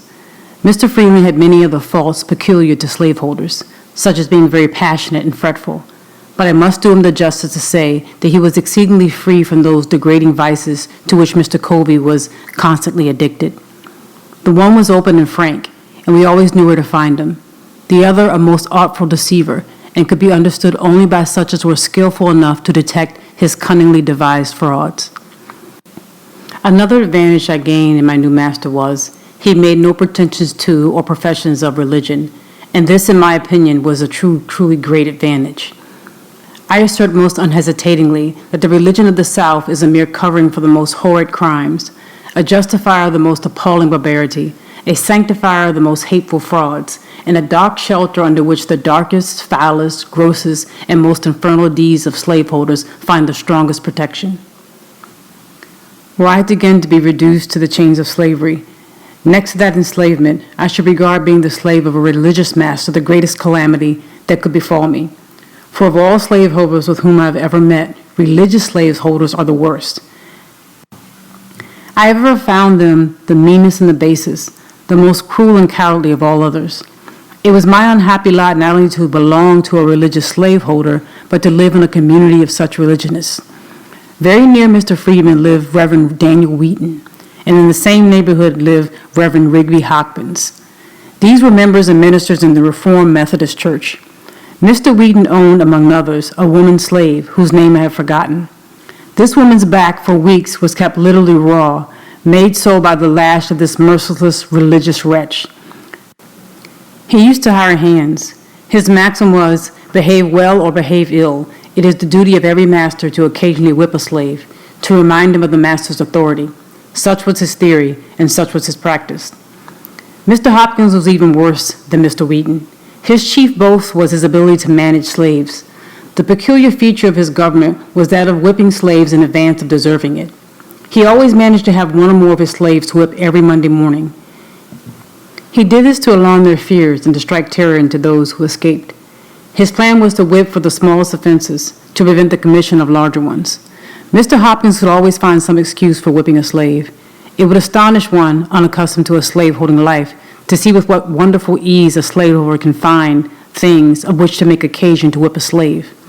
A mere look, a word, a motion, a mistake, an accident, or one of power, are all matters for which a slave may be whipped at any time. Does a slave look dissatisfied?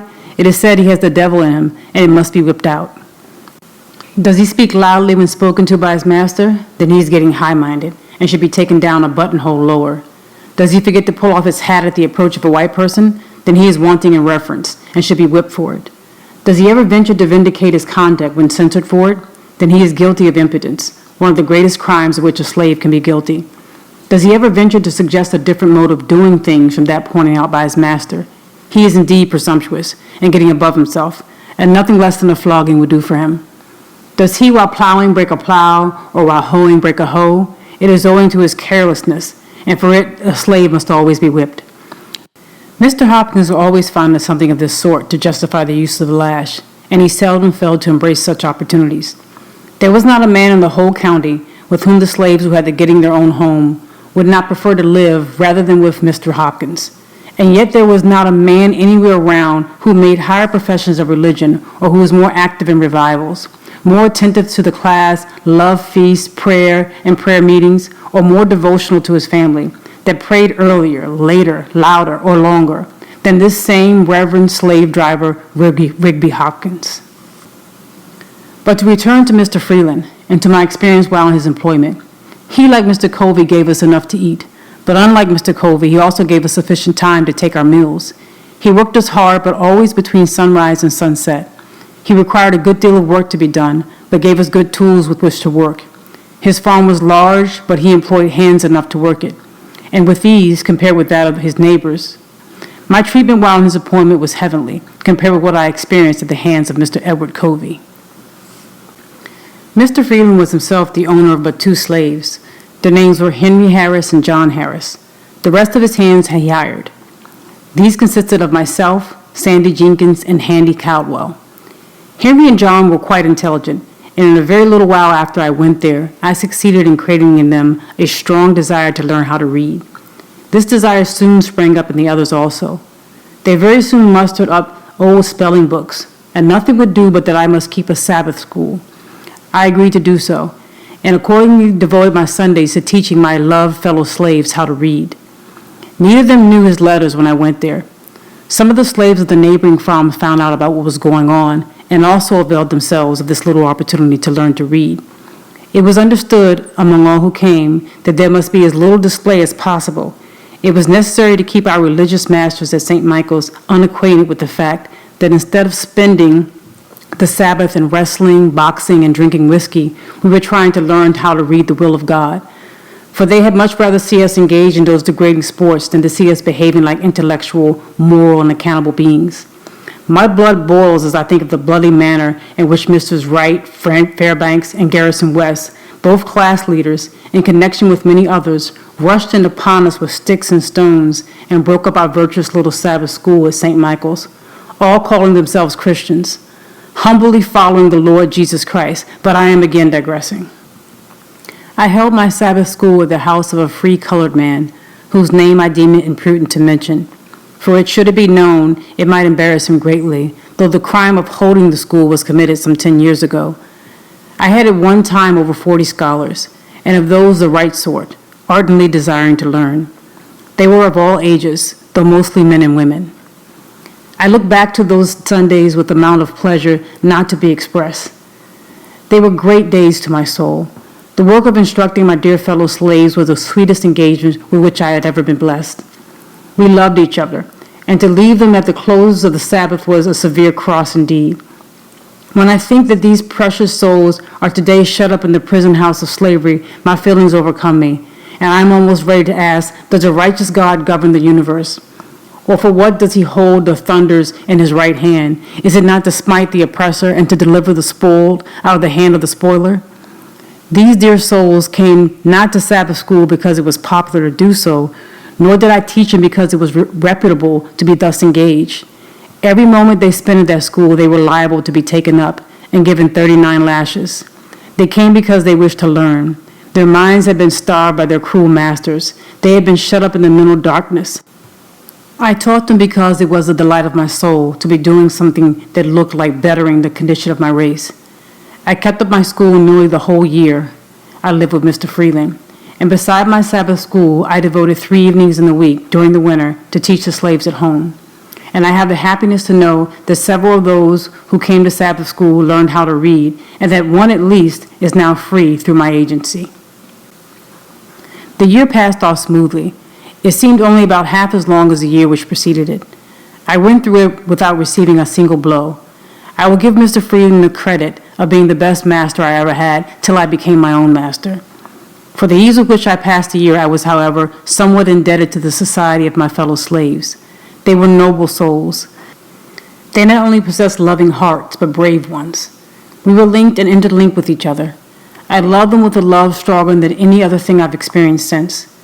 It is sometimes said that we as slaves do not love and confide in each other. In answer to this assertion, I can say I never loved any or confided in any people more than my fellow slaves, and especially those with whom I lived at Mr. Freeland's. I believe we would have died for each other. We never undertook to do anything of any importance without a mutual consultation. We never moved separately. We were one, and as much so by our tempers and our disposition as by the mutual hardships to which we were necessarily subjected by our condition as slaves. At the close of the year 1834, Mr. Freeland again hired me of my master for the year 1835. But by this time, I began to want to live upon free land as well as with Freeland, and I was no longer content, therefore, to live with him or any other slaveholder. I began with the commencement of the year to prepare myself for a final struggle, which should decide my fate one way or the other. My tendency was upward. I was fast approaching manhood, and year after year had passed, and I was still a slave. These thoughts roused in me, I must do something. I therefore resolved that 1835 should not pass without witnessing an attempt on my part to secure my liberty. But I was not willing to cherish this determination alone. My fellow slaves were dear to me. I was anxious to have them participate with me in this, my life-giving determination. I therefore, though with great prudence, commenced early to ascertain their views and feelings in regard to their condition, and to imbue their minds with thoughts of freedom. I bent myself to devising ways and means for our escape, and meanwhile strove, on all fitting occasions, to impress them with the gross fraud and inhumanity of slavery. I went first to Henry, next to John, then to the others. I found in them all warm hearts and noble spirits. They were ready to hear and ready to act when a feasible plan should be proposed. This was what I wanted. I talked to them of our want of manhood, if we submitted to our enslavement without at least one noble effort to be free. We met often and consulted frequently, and told our hopes and fears, recounted the difficulties, real and imagined, which we should be called on to meet. At times we were almost disposed to give up and try to content ourselves with our wretched lot. At others we were firm and unbending in our determination to go.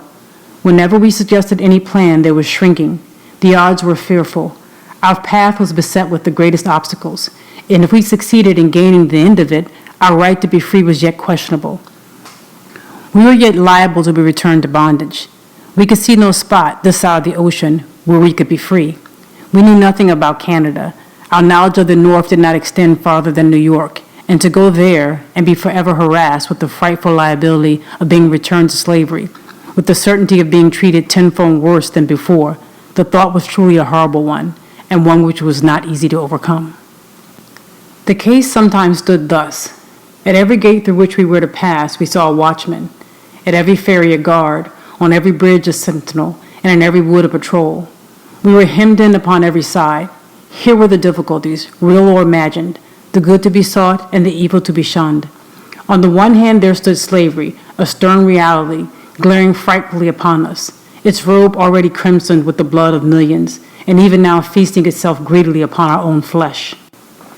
On the other hand, away back in the dim distance, under the flickering light of the North Star, behind some craggy hill or snow-covered mountain, stood a doubtful freedom, half frozen, beckoning us to come and share its hospitality. This in itself was sometimes enough to stagger us, but when we permitted ourselves to survey the road, we were frequently appalled. Upon either side we saw grim death, assuming the most horrid shapes. Now it was starvation, causing us to eat our own flesh. Now we were contending with the waves and were drowned. Now we were overtaken and torn to pieces by the fangs of some terrible bloodhound. We were stung by scorpions, chased by wild beasts, bitten by snakes, and finally, after having nearly reached the desired spot, after swimming rivers, encountering wild beasts, sleeping in the woods, suffering hunger and nakedness, we were overtaken by our pursuers, and in our resistance, we were shot dead upon the spot. I say this picture sometimes appalled us and made us rather bear those ills that we had than to fly to others that we knew not of. In coming to a fixed determination to run away, we did more than Patrick Henry when we resolved upon liberty or death. With us it was a doubtful liberty at most, and almost certain death if we failed. For my part, I should prefer death to hopeless bondage. Sandy, one of our number, gave up the notion, but still encouraged us. Our company then consisted of Henry Harris, John Harris, Henry Bailey, Charles Roberts, and myself. Henry Bailey was my uncle and belonged to my master. Charles married my aunt. He belonged to my master's father-in-law, Mr. William Hamilton. The plan we finally concluded upon was to get a large canoe belonging to Mr. Hamilton, and upon the Saturday night previous to Easter holidays, paddle directly up the Chesapeake Bay. On our arrival at the head of the bay, a distance of 70 or 80 miles from where we lived, it was our purpose to turn our canoe adrift and follow the guidance of the North Star till we got beyond the limits of Maryland. Our reason for taking this water route was that we were less liable to be suspected as runaways. We hoped to be regarded as fishermen, whereas if we should take the land route, we should be subjected to interruptions of almost every kind. Anyone having a white face and being so disposed could stop us and subject us to examination. The week before our intended start, I wrote several protections, one for each of us. As well as I can remember, they were in the following words, to wit: "This is to certify that I, the undersigned, have given the bearer, my servant, full liberty to go to Baltimore and spend the Easter holidays. Written in my own hand, 1835, William Hamilton, near St. Michael's in Talbot County, Maryland." We were not going to Baltimore, but in going up by the bay, we went toward Baltimore, and these protections were only intended to protect us while on the bay. As the time drew near for our departure, our anxiety became more and more intense. It was truly a matter of life and death with us. The strength of our determination was about to be fully tested. At this time, I was very active in explaining every difficulty, removing every doubt, dispelling every fear, and inspiring all with the firmness indispensable to success in our undertaking, assuring them that half was gained in the instant we made the move. We had talked long enough. We were now ready to move. If not now, we never should be. And if we did not intend to move now, we had as well fold our arms, sit down, and acknowledge ourselves fit only to be slaves. This none of us were prepared to acknowledge. Every man stood firm, and at our last meeting we pledged ourselves afresh, in the most solemn manner, that at the time appointed we should certainly start in pursuit of freedom. This was in the middle of the week, at the end of which we were to be off. We went as usual to our several fields of labor, both with our bosoms highly agitated with thoughts of our truly hazardous undertaking. We tried to conceal our feelings as much as possible, and I think we succeeded very well. After a painful waiting, the Saturday morning, whose night was to witness our departure, came. I hailed it with joy, bring what of sadness it might. Friday night was a sleepless one for me. I probably felt more anxious than the rest, because I was, by common consent, at the head of the whole affair. The responsibility of success or failure lay heavily upon me. The glory of the one and the confusion of the other were alike mine. The first 2 hours of that morning were such as I had never experienced before, and I hope never to again. Early in the morning we went, as usual, to the field. We were spreading manure, and all at once, while thus engaged, I was overwhelmed with an indescribable feeling, in the fullness of which I turned to Sandy, who was nearby, and said, "We are betrayed." "Well," said he, "that thought as this moment struck me." We said no more. I was never more certain of anything. The horn was blown as usual, and we went up from the field to the house for breakfast. I went for the form more than for want of anything to eat that morning. Just as I got to the house, and looking out at the lane gate, I saw 4 white men with 2 colored men. The white men were on horseback, and the colored ones were walking behind, as if tied. I watched them a few moments till they got up to our lane gate. Here they halted, and tied the colored men to the gate post. I was not yet certain as to what the matter was. In a few moments in rode Mr. Hamilton, with a speed betokening great excitement. He came to the door and inquired if Master William was in. He was told he was at the barn. Mr. Hamilton, without dismounting, rode up to the barn with extraordinary speed. In a few moments, he and Mr. Freeland returned to the house. By this time, the 3 constables rolled up, and in great haste dismounted.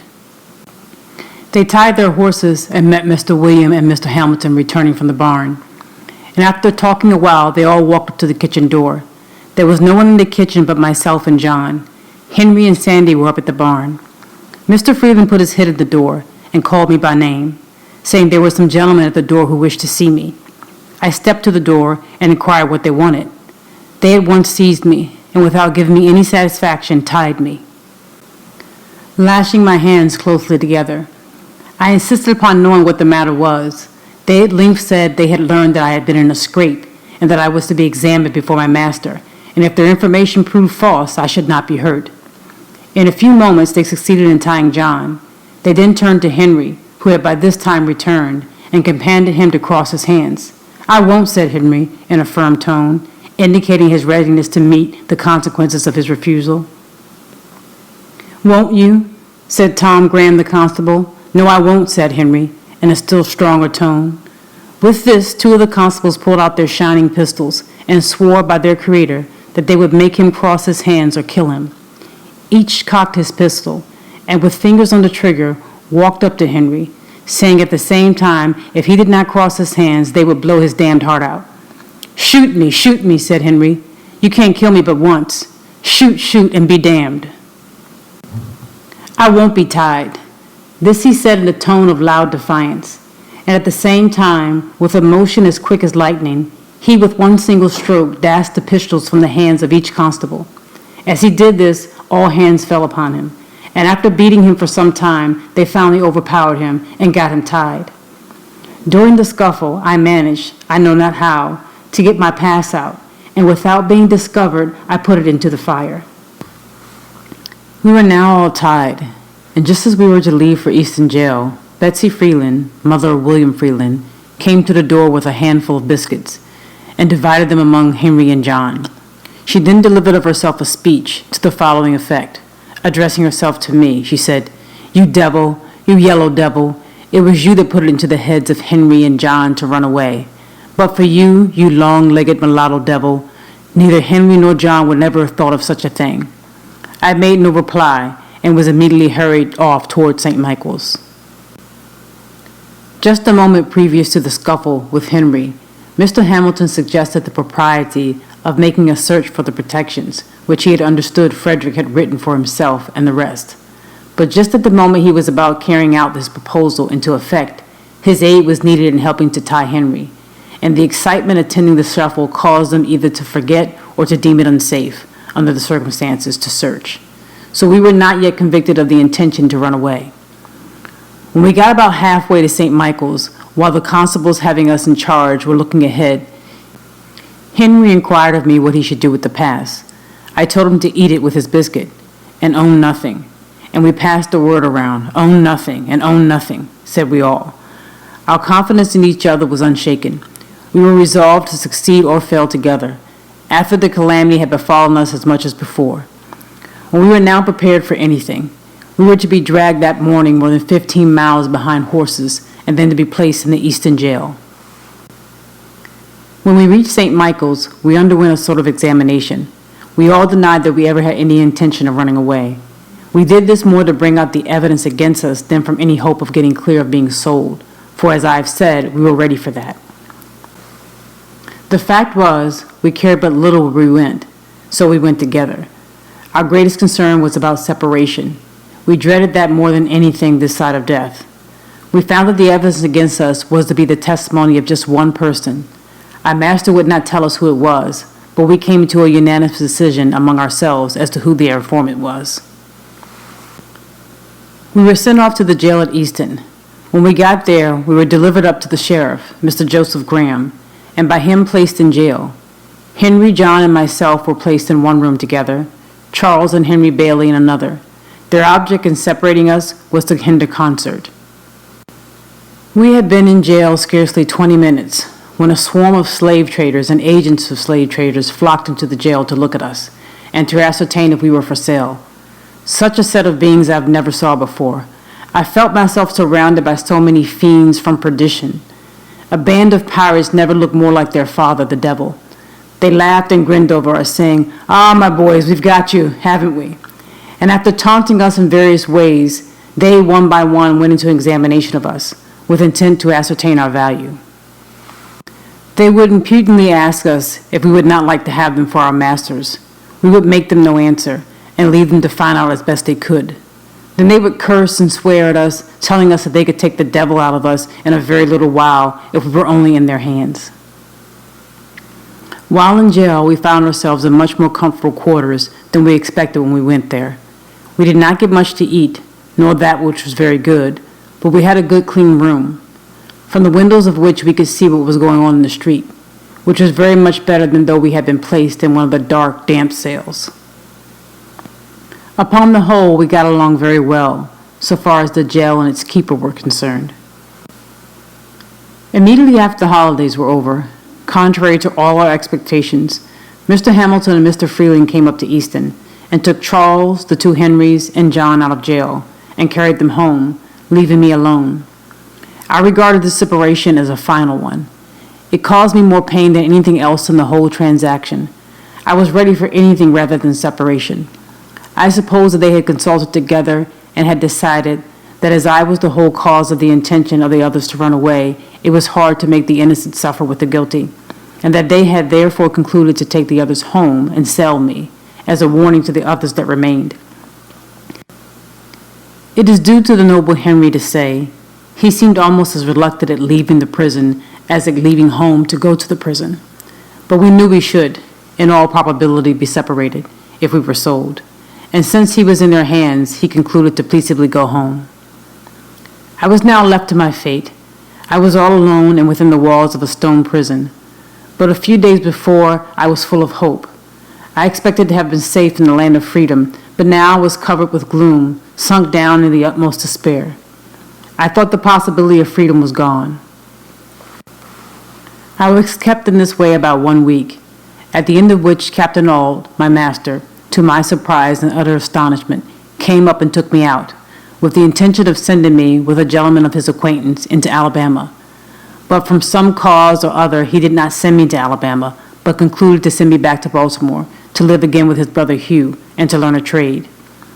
Thus, after an absence of 3 years and 1 month, I was once more permitted to return to my old home at Baltimore. My master sent me away because there existed against me a very great prejudice in the community, and he feared I might be killed.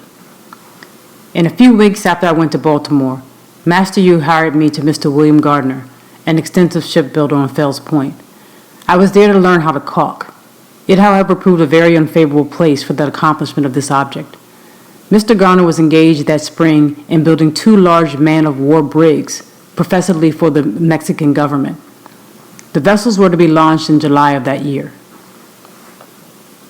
And in failure thereof, Mr. Garner was to lose a considerable sum, so that when I entered, all was hurry. There was no time to learn anything. Every man had to do that which he knew how to do. In entering the shipyard, my orders for Mr. Gardner were to do whatever the carpenters commanded me to do. This was placed me at the beck and call of about 75 men. I was to regard all these as masters. Their word was to be my law. My situation was a most trying one. At times I needed a dozen hands. I was called a dozen ways in the space of a single minute. 3 or 4 voices would strike my ear at the same time. It was, "Fred, come help me to cant this timber here. Fred, come carry this timber yonder. Fred, bring that roller here. Fred, go get a fresh can of water. Fred, come help me saw off the end of this timber. Fred, go quick and get the crowbar. Fred, hold on to the end of this fall. Fred, go to the blacksmith shop and get a new punch. Hurry, Fred, run and get me a cold chisel. I say, Fred, bear a hand and get up a fire as quick as lightning under that steam box. Hello, nigger, come turn this grindstone. Come, move and bows this timber forward. I say, darky, blast your eyes. Why don't you heat up some pitch? Hello. 3 voices at the same time. Come here, go there. Hold on to where you are. Damn you if you move. I'll knock your brains out. This was my school for 8 months, and I might have remained there longer but for a most hard fight I had with 4 of the white apprentices, in which my left eye was nearly knocked out, and I was horribly mangled in other respects. The facts in the case were these. Until a very little while after I went there, white and black ship carpenters worked side by side, and no one seemed to see any impropriety in it at all. All hands seemed to be very well satisfied. Many of the black carpenters were freemen. Things seemed to be going on very well. All at once, the white carpenters knocked off and said they would not work with free colored men. Their reason for this allegedly was that if free colored carpenters were encouraged, they would soon take the trade into their own hands, and poor white men would be thrown out of employment. They therefore felt called upon at once to put a stop to it. And taking advantage of Mr. Gardner's necessities, they broke off, swearing they would no longer work, unless he would discharge his black carpenters. Now, though this did not extend to me in form, it did reach me in fact. My fellow apprentices very soon began to feel it degraded them to be working with me. They began to put on airs and talk about the niggers taking over the country, saying we all ought to be killed. And being encouraged by the journeymen, they commenced making my condition as hard as they could by hectoring me around and sometimes striking me. I, of course, kept the vow I made after the fight with Mr. Covey and struck back again, regardless of the consequences. And while I kept them from combining, I succeeded very well, for I could whip the whole of them, taking them separately. They, however, at length combined and came upon me, armed with sticks, stones, and heavy handspikes. One came in front with a half brick. There was one on each side of me and one behind me. While I was attending to those in front and on either side, the one behind ran up with a handspike and struck a heavy blow upon my head. It stunned me. I fell. And with this, they all ran upon me and fell on to beating me with their fists. I let them lay on for a while, gathering strength. In an instant, I gave a sudden surge and rose to my hands and knees. Just as I did that, one of another gave me, with his heavy boot, a powerful kick in my left eye. My eyeball seemed to have burst. When they saw my eye closed and badly swollen, they left me. With this, I seized the handspike and for a time pursued them. But here the carpenters interfered, and I thought I might as well give it up. It was impossible to stand my hand against so many. All this took place in the sight of not less than 50 white ship carpenters, and not one interposed a friendly word, but some cried, "Kill the damn nigger! Kill him! Kill him! He struck a white person!" I found only my chance for life was in flight. I succeeded in getting away without an additional blow, and barely so, for to strike a white man is death law by lynch law, and that was the law in Mr. Gardner's shipyard, nor is there much of any other outside of Mr. Gardner's shipyard. I went directly home and told the story of my wrongs to Master Hugh, and I am happy to say of him, irreligious as he was, his conduct was heavenly, compared with that of his brother Thomas under similar circumstances. He listened attentively to my narration of the circumstances leading to the savage outrage, and gave many proofs of his strong indignation at it. The heart of my once overkind mistress was again melted into pity. My puffed-out eye and blood-covered face moved her to tears. She took a chair by me, washed the blood from my face, and with a mother's tenderness, bound up my head, covering the wounded eye with a lean piece of fresh beef. It was almost compensation for my suffering to witness, once more, a manifestation of kindness from this, my once affectionate old mistress. Master Hugh was very much enraged. He gave expression to his feelings by pouring out curses upon the heads of those who did the deed. As soon as I got a little better from my bruises, he took me with him to Esquire Watson's on Bond Street to see what could be done about the matter. Mr. Watson inquired who saw the assault committed. Master Hugh told him it was done in Mr. Gardner's shipyard at midday, where there were a large company of men at work. As to that, he said, the deed was done, and there was no question as to who did it. His answer was, he could do nothing in the case, unless some white man would come forward and testify. He could issue no warrant on my word. If I had been killed in the presence of 1,000 colored people, their testimony combined would be insufficient to have arrested one of the murderers. Master Hugh, for once, was compelled to say that the state of things was too bad. Of course it was impossible to get any white man to volunteer his testimony in my behalf. And against the young white men? Even those who may have sympathized with me were not prepared to do this. It required a degree of courage unknown to them to do so. For just at that time, the slightest manifestation of humanity toward a colored person was denounced as abolitionism, and that name subjected its bearer to frightful liabilities. The watchwords of the bloody-minded in that region in those days were, "Damn the abolitionists and damn the niggers." There was nothing done, and probably nothing would have been done if I had been killed. Such was and such remains the state of things in the Christian city of Baltimore. Master Hugh, finding he could get no redress, refused to let me go back again to Mr. Gardner. He kept me himself, and his wife dressed my wound till I again restored to health. He then took me into the shipyard of which he was foreman, in the employment of Mr. Walter Price. There I was immediately set to caulking, and very soon learned the art of using my mallet and irons. In the course of 1 year from the time I left Mr. Gardner's, I was able to command the highest wages given to the most experienced caulkers. I was now of some importance to my master. I was bringing him from $6 to $7 per week. I sometimes brought him $9 per week. My wages were $1.50 a day. After learning how to caulk, I sought my own employment and made my own contracts and collected the money which I earned. My pathway became much more smooth than before. My condition was now much more comfortable. When I could get no caulking to do, I did nothing. During these leisure times, those old notions about freedom would steal over me again.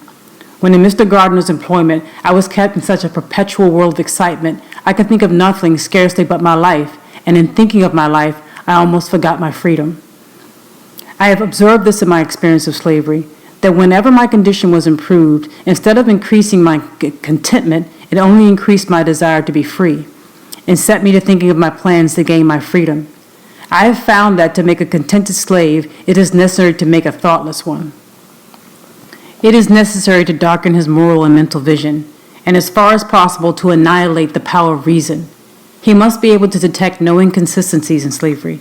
He must be made to feel that slavery is right, and he can be brought to that only when he ceases to be a man. I was now getting, as I have said, $1.50 per day. I contracted for it. I earned it. It was paid to me. It was rightfully my own. Yet upon each Saturday returning evening, I was compelled to deliver every cent of that money to Master Hugh. And why? Not because he earned it, not because he had any hand in earning it, not because I owed it to him, nor because he possessed the slightest shadow of a right to it, but solely because he had the power to compel me to give it up. The right of the grim-visaged pirate upon the high seas is exactly the same.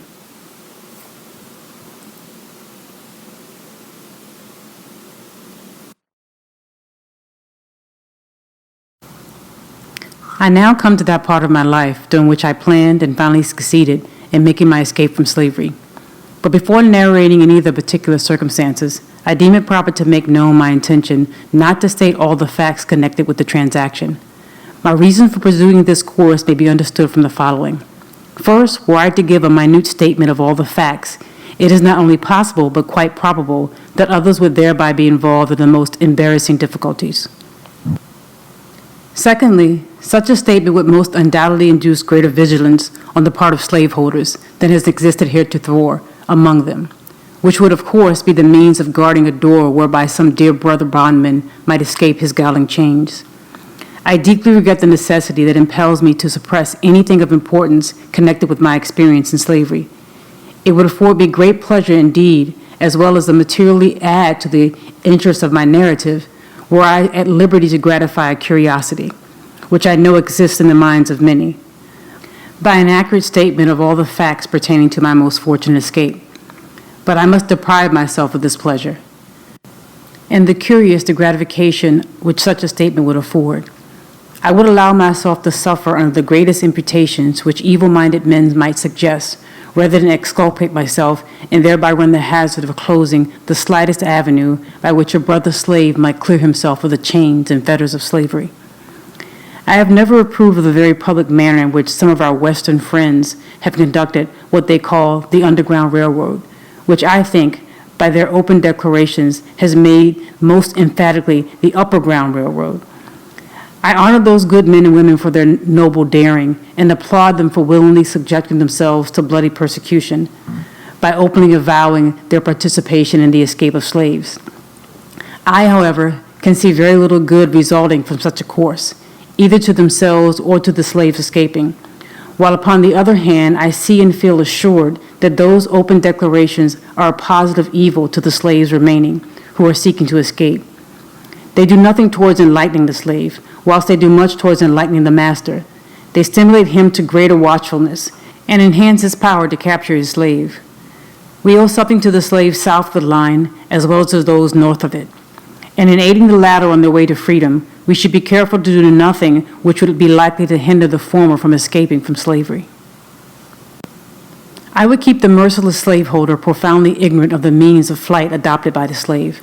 I would leave him to imagine himself surrounded by myriads of invisible tormentors, ever ready to snatch from his infernal grip his trembling prey. Let him be left to feel his way in the dark. Let darkness, commensurate with his crime, hover over him, and let him feel that at every step he takes, in pursuit of the flying bondman, he is running the frightful risk of having his hot brains dashed out by an invisible agency. Let us render the tyrant no aid. Let us not hold the light by which he can trace the footprints of our flying brother. But enough of this. I will now proceed to the statement of those facts connected with my escape, for which I am alone responsible, and for which no one can be made to suffer but myself. In the early part of the year 1838, I became quite restless. I could see no reason why I should, at the end of each week, pour the reward of my toil into the purse of my master. When I carried to him my weekly wages, he would, after counting the money, look in my face with a robber-like fierceness and ask, "Is this all?" He was satisfied with nothing less than the last cent. He would, however, when I made him $6, sometimes give me 6 cents to encourage me. It had the exact opposite effect. I regarded it as a sort of admission of my right to the whole. The fact that he gave me any part of my wages was proof, to my mind, that he believed me entitled to the whole of them. I always felt worse for having received anything, for I feared that giving me a few cents would ease his conscience and make him feel himself to be a pretty honorable robber. My discontent grew upon me. I was ever on the lookout for means of my escape, and finding no direct means, I determined to try to hire my time, with a view of getting enough money to which to make my escape. In the spring of 1838, when Master Thomas came to Baltimore to purchase his spring goods, I got an opportunity and applied to him to allow me to hire my time. He unhesitatingly refused my request and told me this was another stratagem by which to escape. He told me I could go nowhere, but that he could get me, and that in the event of my running away, he should spare no pains in his efforts to catch me. He exhorted me to content myself and be obedient. He told me if I would be happy, I must lay out no plans for the future. He said if I behaved myself properly, he would take care of me. Indeed, he advised me to complete thoughtlessness of the future and taught me to depend solely on him for happiness. He seemed to fully see the pressing necessity of setting aside my intellectual nature in order to contentment for slavery. But in spite of him, and even in spite of myself, I continued to think about the injustice of my enslavement and the means of my escape. About 2 months after this, I applied to Master Hugh for the privilege of hiring my time. He was not acquainted with the fact that I had applied to Master Thomas and had been refused. He too at first seemed disposed to refuse, but after some reflection, he granted me the privilege and proposed the following terms. I was to be allowed all my time, make all contracts with those for whom I worked, and find my own employment. In return for this liberty, I was to pay him at the end of each week $3. Find myself in caulking tools and in board and clothing. My board was $2.50 per week. This, with the wear and tear of clothing and caulking tools, made my regular expenses about $6 per week. This amount I was compelled to make up, or relinquish the privilege of hiring my time. Rain or shine, work or no work, at the end of each week the money must be forthcoming, or I must give up my privilege. This arrangement, it will be perceived, was decidedly in my master's favor. It relieved him of all the need of looking after me. His money was sure. He received all the benefits of slaveholding without its evils, while I endured all the evils of a slave, and suffered all the care and anxiety of a free man. I found it a hard bargain, but hard as it was, I thought it better than the old mode of getting along. It was a step towards freedom, to be allowed to bear the responsibility of a free man, and I was determined to hold on upon it. I bent myself to the work of making money. I was ready to work at night as well as day, and by the most untiring perseverance and industry, I made enough to meet my expenses and lay up a little money every week. I went on thus from May until August. Master Hugh then refused to allow me to hire my time any longer. The ground for his refusal was a failure on my part one Saturday night to pay him for my week's time. This failure was occasioned by my attending a camp meeting about 10 miles from Baltimore. During the week, I had entered into an engagement with a number of young friends to start from Baltimore to a campground early Saturday evening.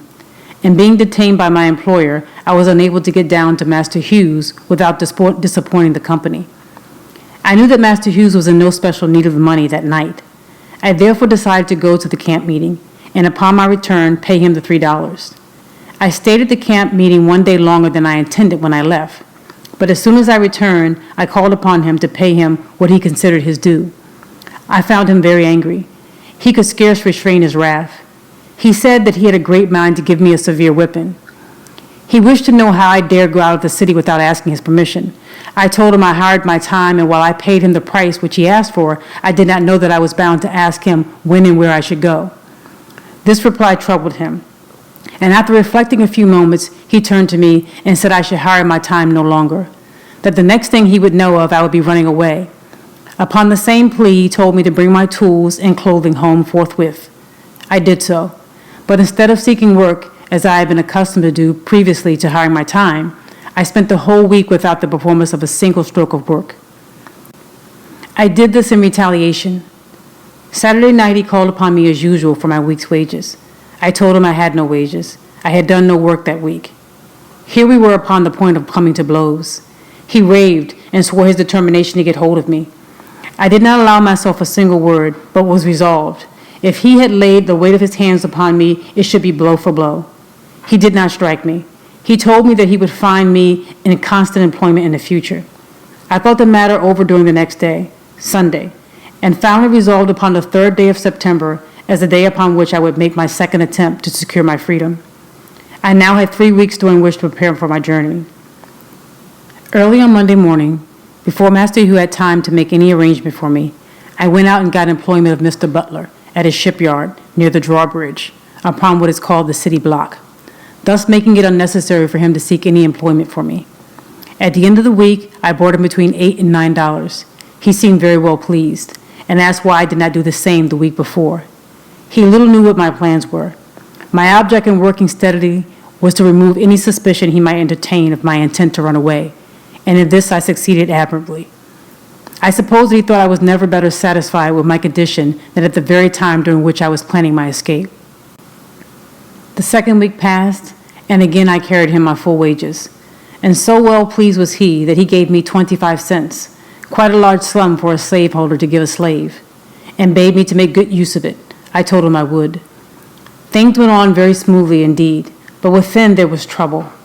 It was impossible for me to describe my feelings as the time of my contemplated start drew near.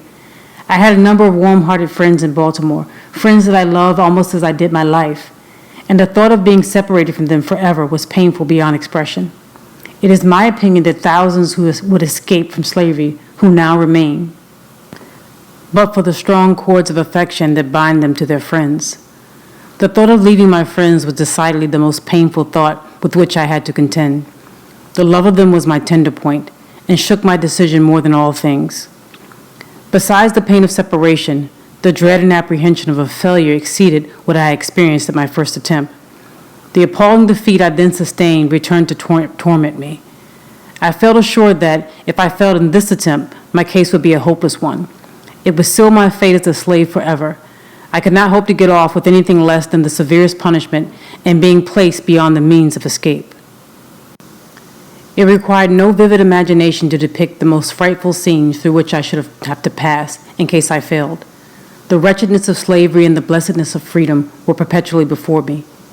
It was life and death with me, but I remained firm, and according to my resolution, on the 3rd day of September, 1838, I left my chains and succeeded in reaching New York without the slightest interruption of any kind. How I did so, what means I adopted, what direction I traveled, and by what mode of conveyance I must leave unexplained, for the reasons before mentioned. I have been frequently asked how I felt when I found myself in a free state. I have never been able to answer that question with any satisfaction to myself. It was a moment of the highest excitement I ever experienced. I suppose I felt as one may imagine an unarmed marauder to feel when he is rescued by a friendly man of war from the pursuit of a pirate. In writing to a friend immediately after my arrival at New York, I said I felt like one who had escaped a den of hungry lions. This state of mind, however, was very soon subsided, and I again was seized with a feeling of great insecurity and loneliness. I was yet liable to be taken back and subject to all the tortures of slavery. This in itself was enough to damp the ardor of my enthusiasm, but the loneliness overcame me. There I was in the midst of thousands, and yet a perfect stranger, without home and without friends, in the midst of thousands of my own brethren, children of a common father, and yet I dared not to unfold to any one of them my sad condition. I was afraid to speak to anyone, for fear of speaking to the wrong one, and thereby falling into the hands of money-loving kidnappers, whose business it was to lie in wait for the panting fugitive, as the ferocious beasts of the forest lie in wait for their prey. The motto which I adopted when I started from slavery was this: trust no man. I saw in every white man an enemy, and in almost every colored man cause for distrust. It was a most painful situation, and to understand it, one must needs experience it, or imagine himself in similar circumstances.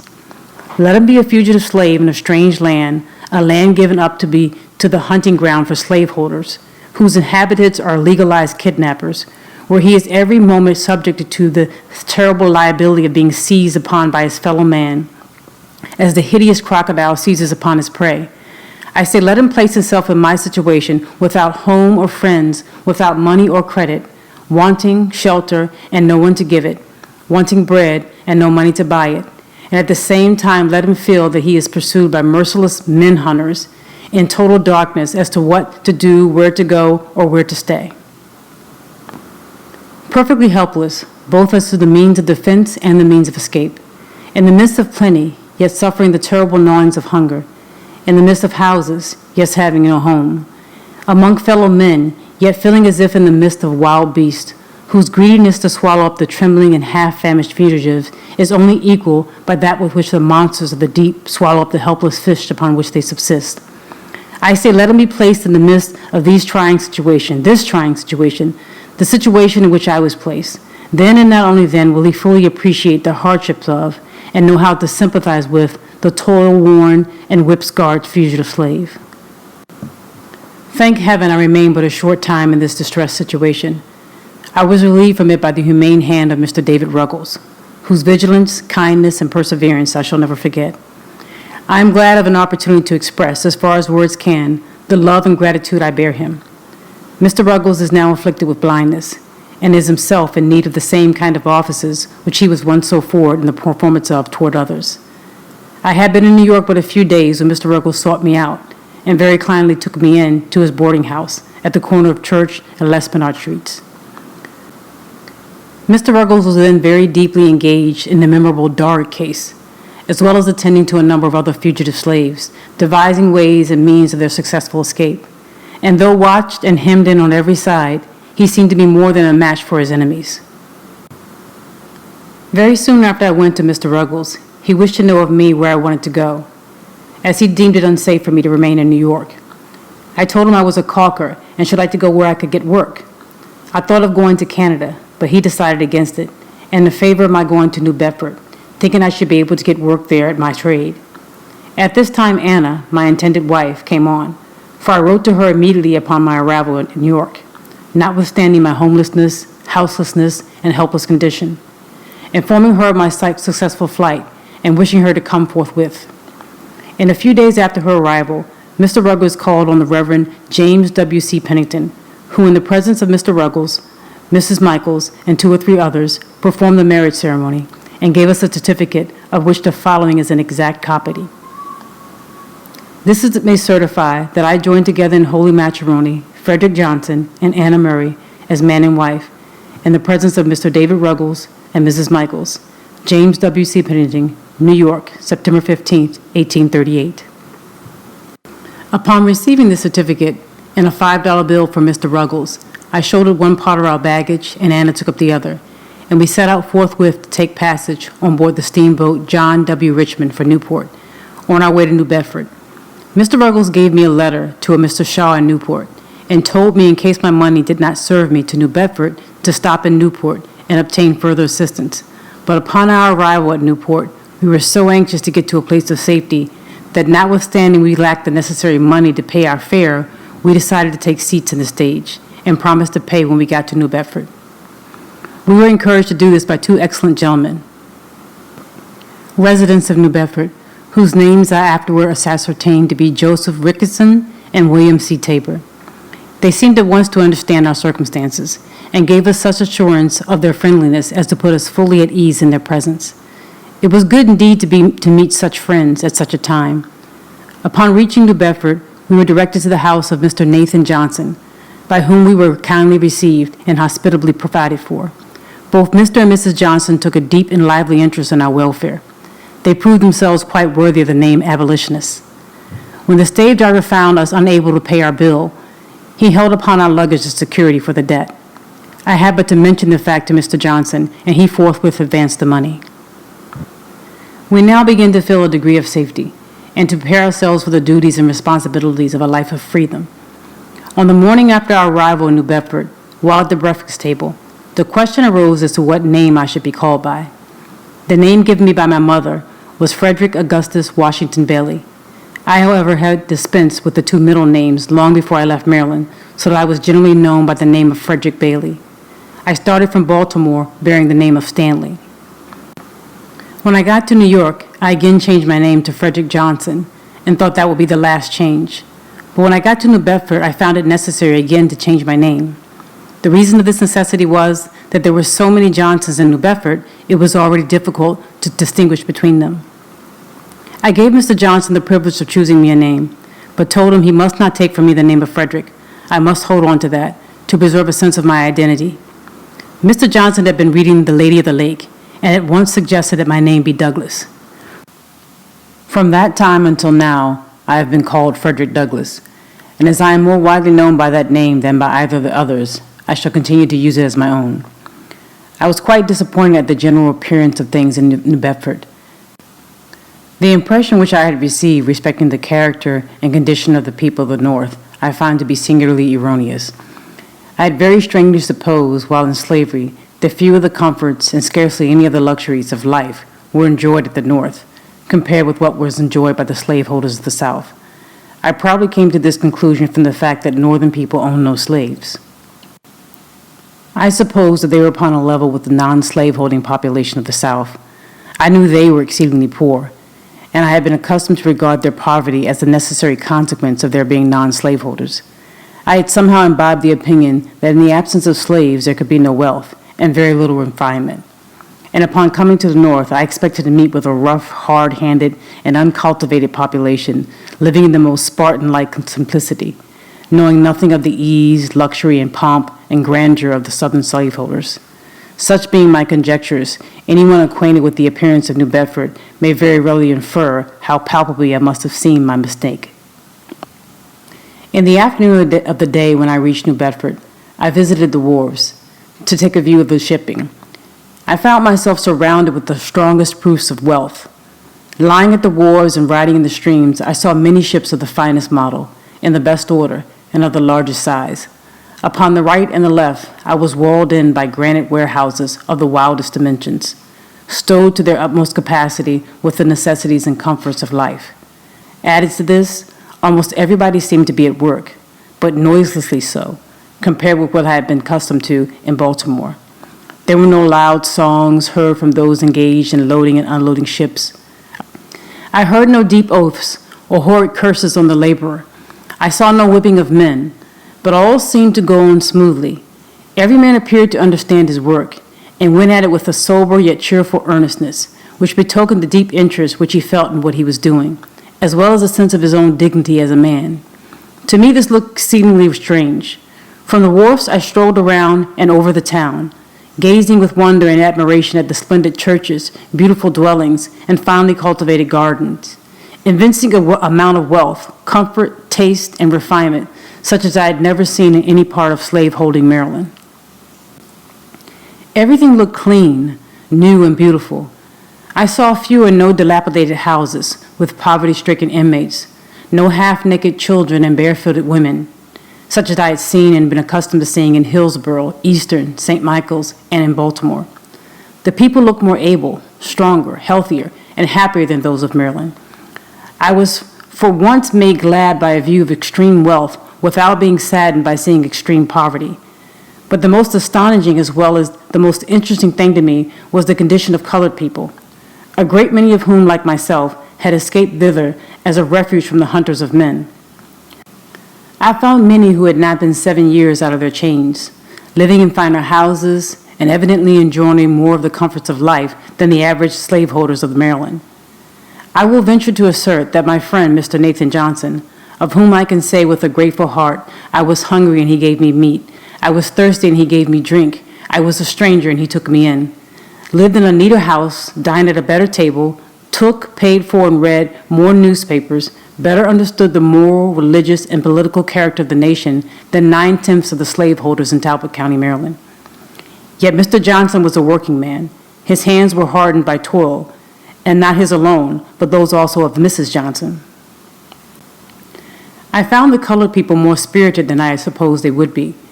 I found among them a determination to protect each other from the bloodthirsty kidnapper at all hazards. Soon after my arrival, I was told of a circumstance which illustrated their spirit. A colored man and a fugitive slave were on unfriendly terms. The former was heard to threaten the latter with informing his master of his whereabouts. Straightway a meeting was called among the colored people, under the stereotyped notice, "Business of Importance." The betrayer was invited to attend.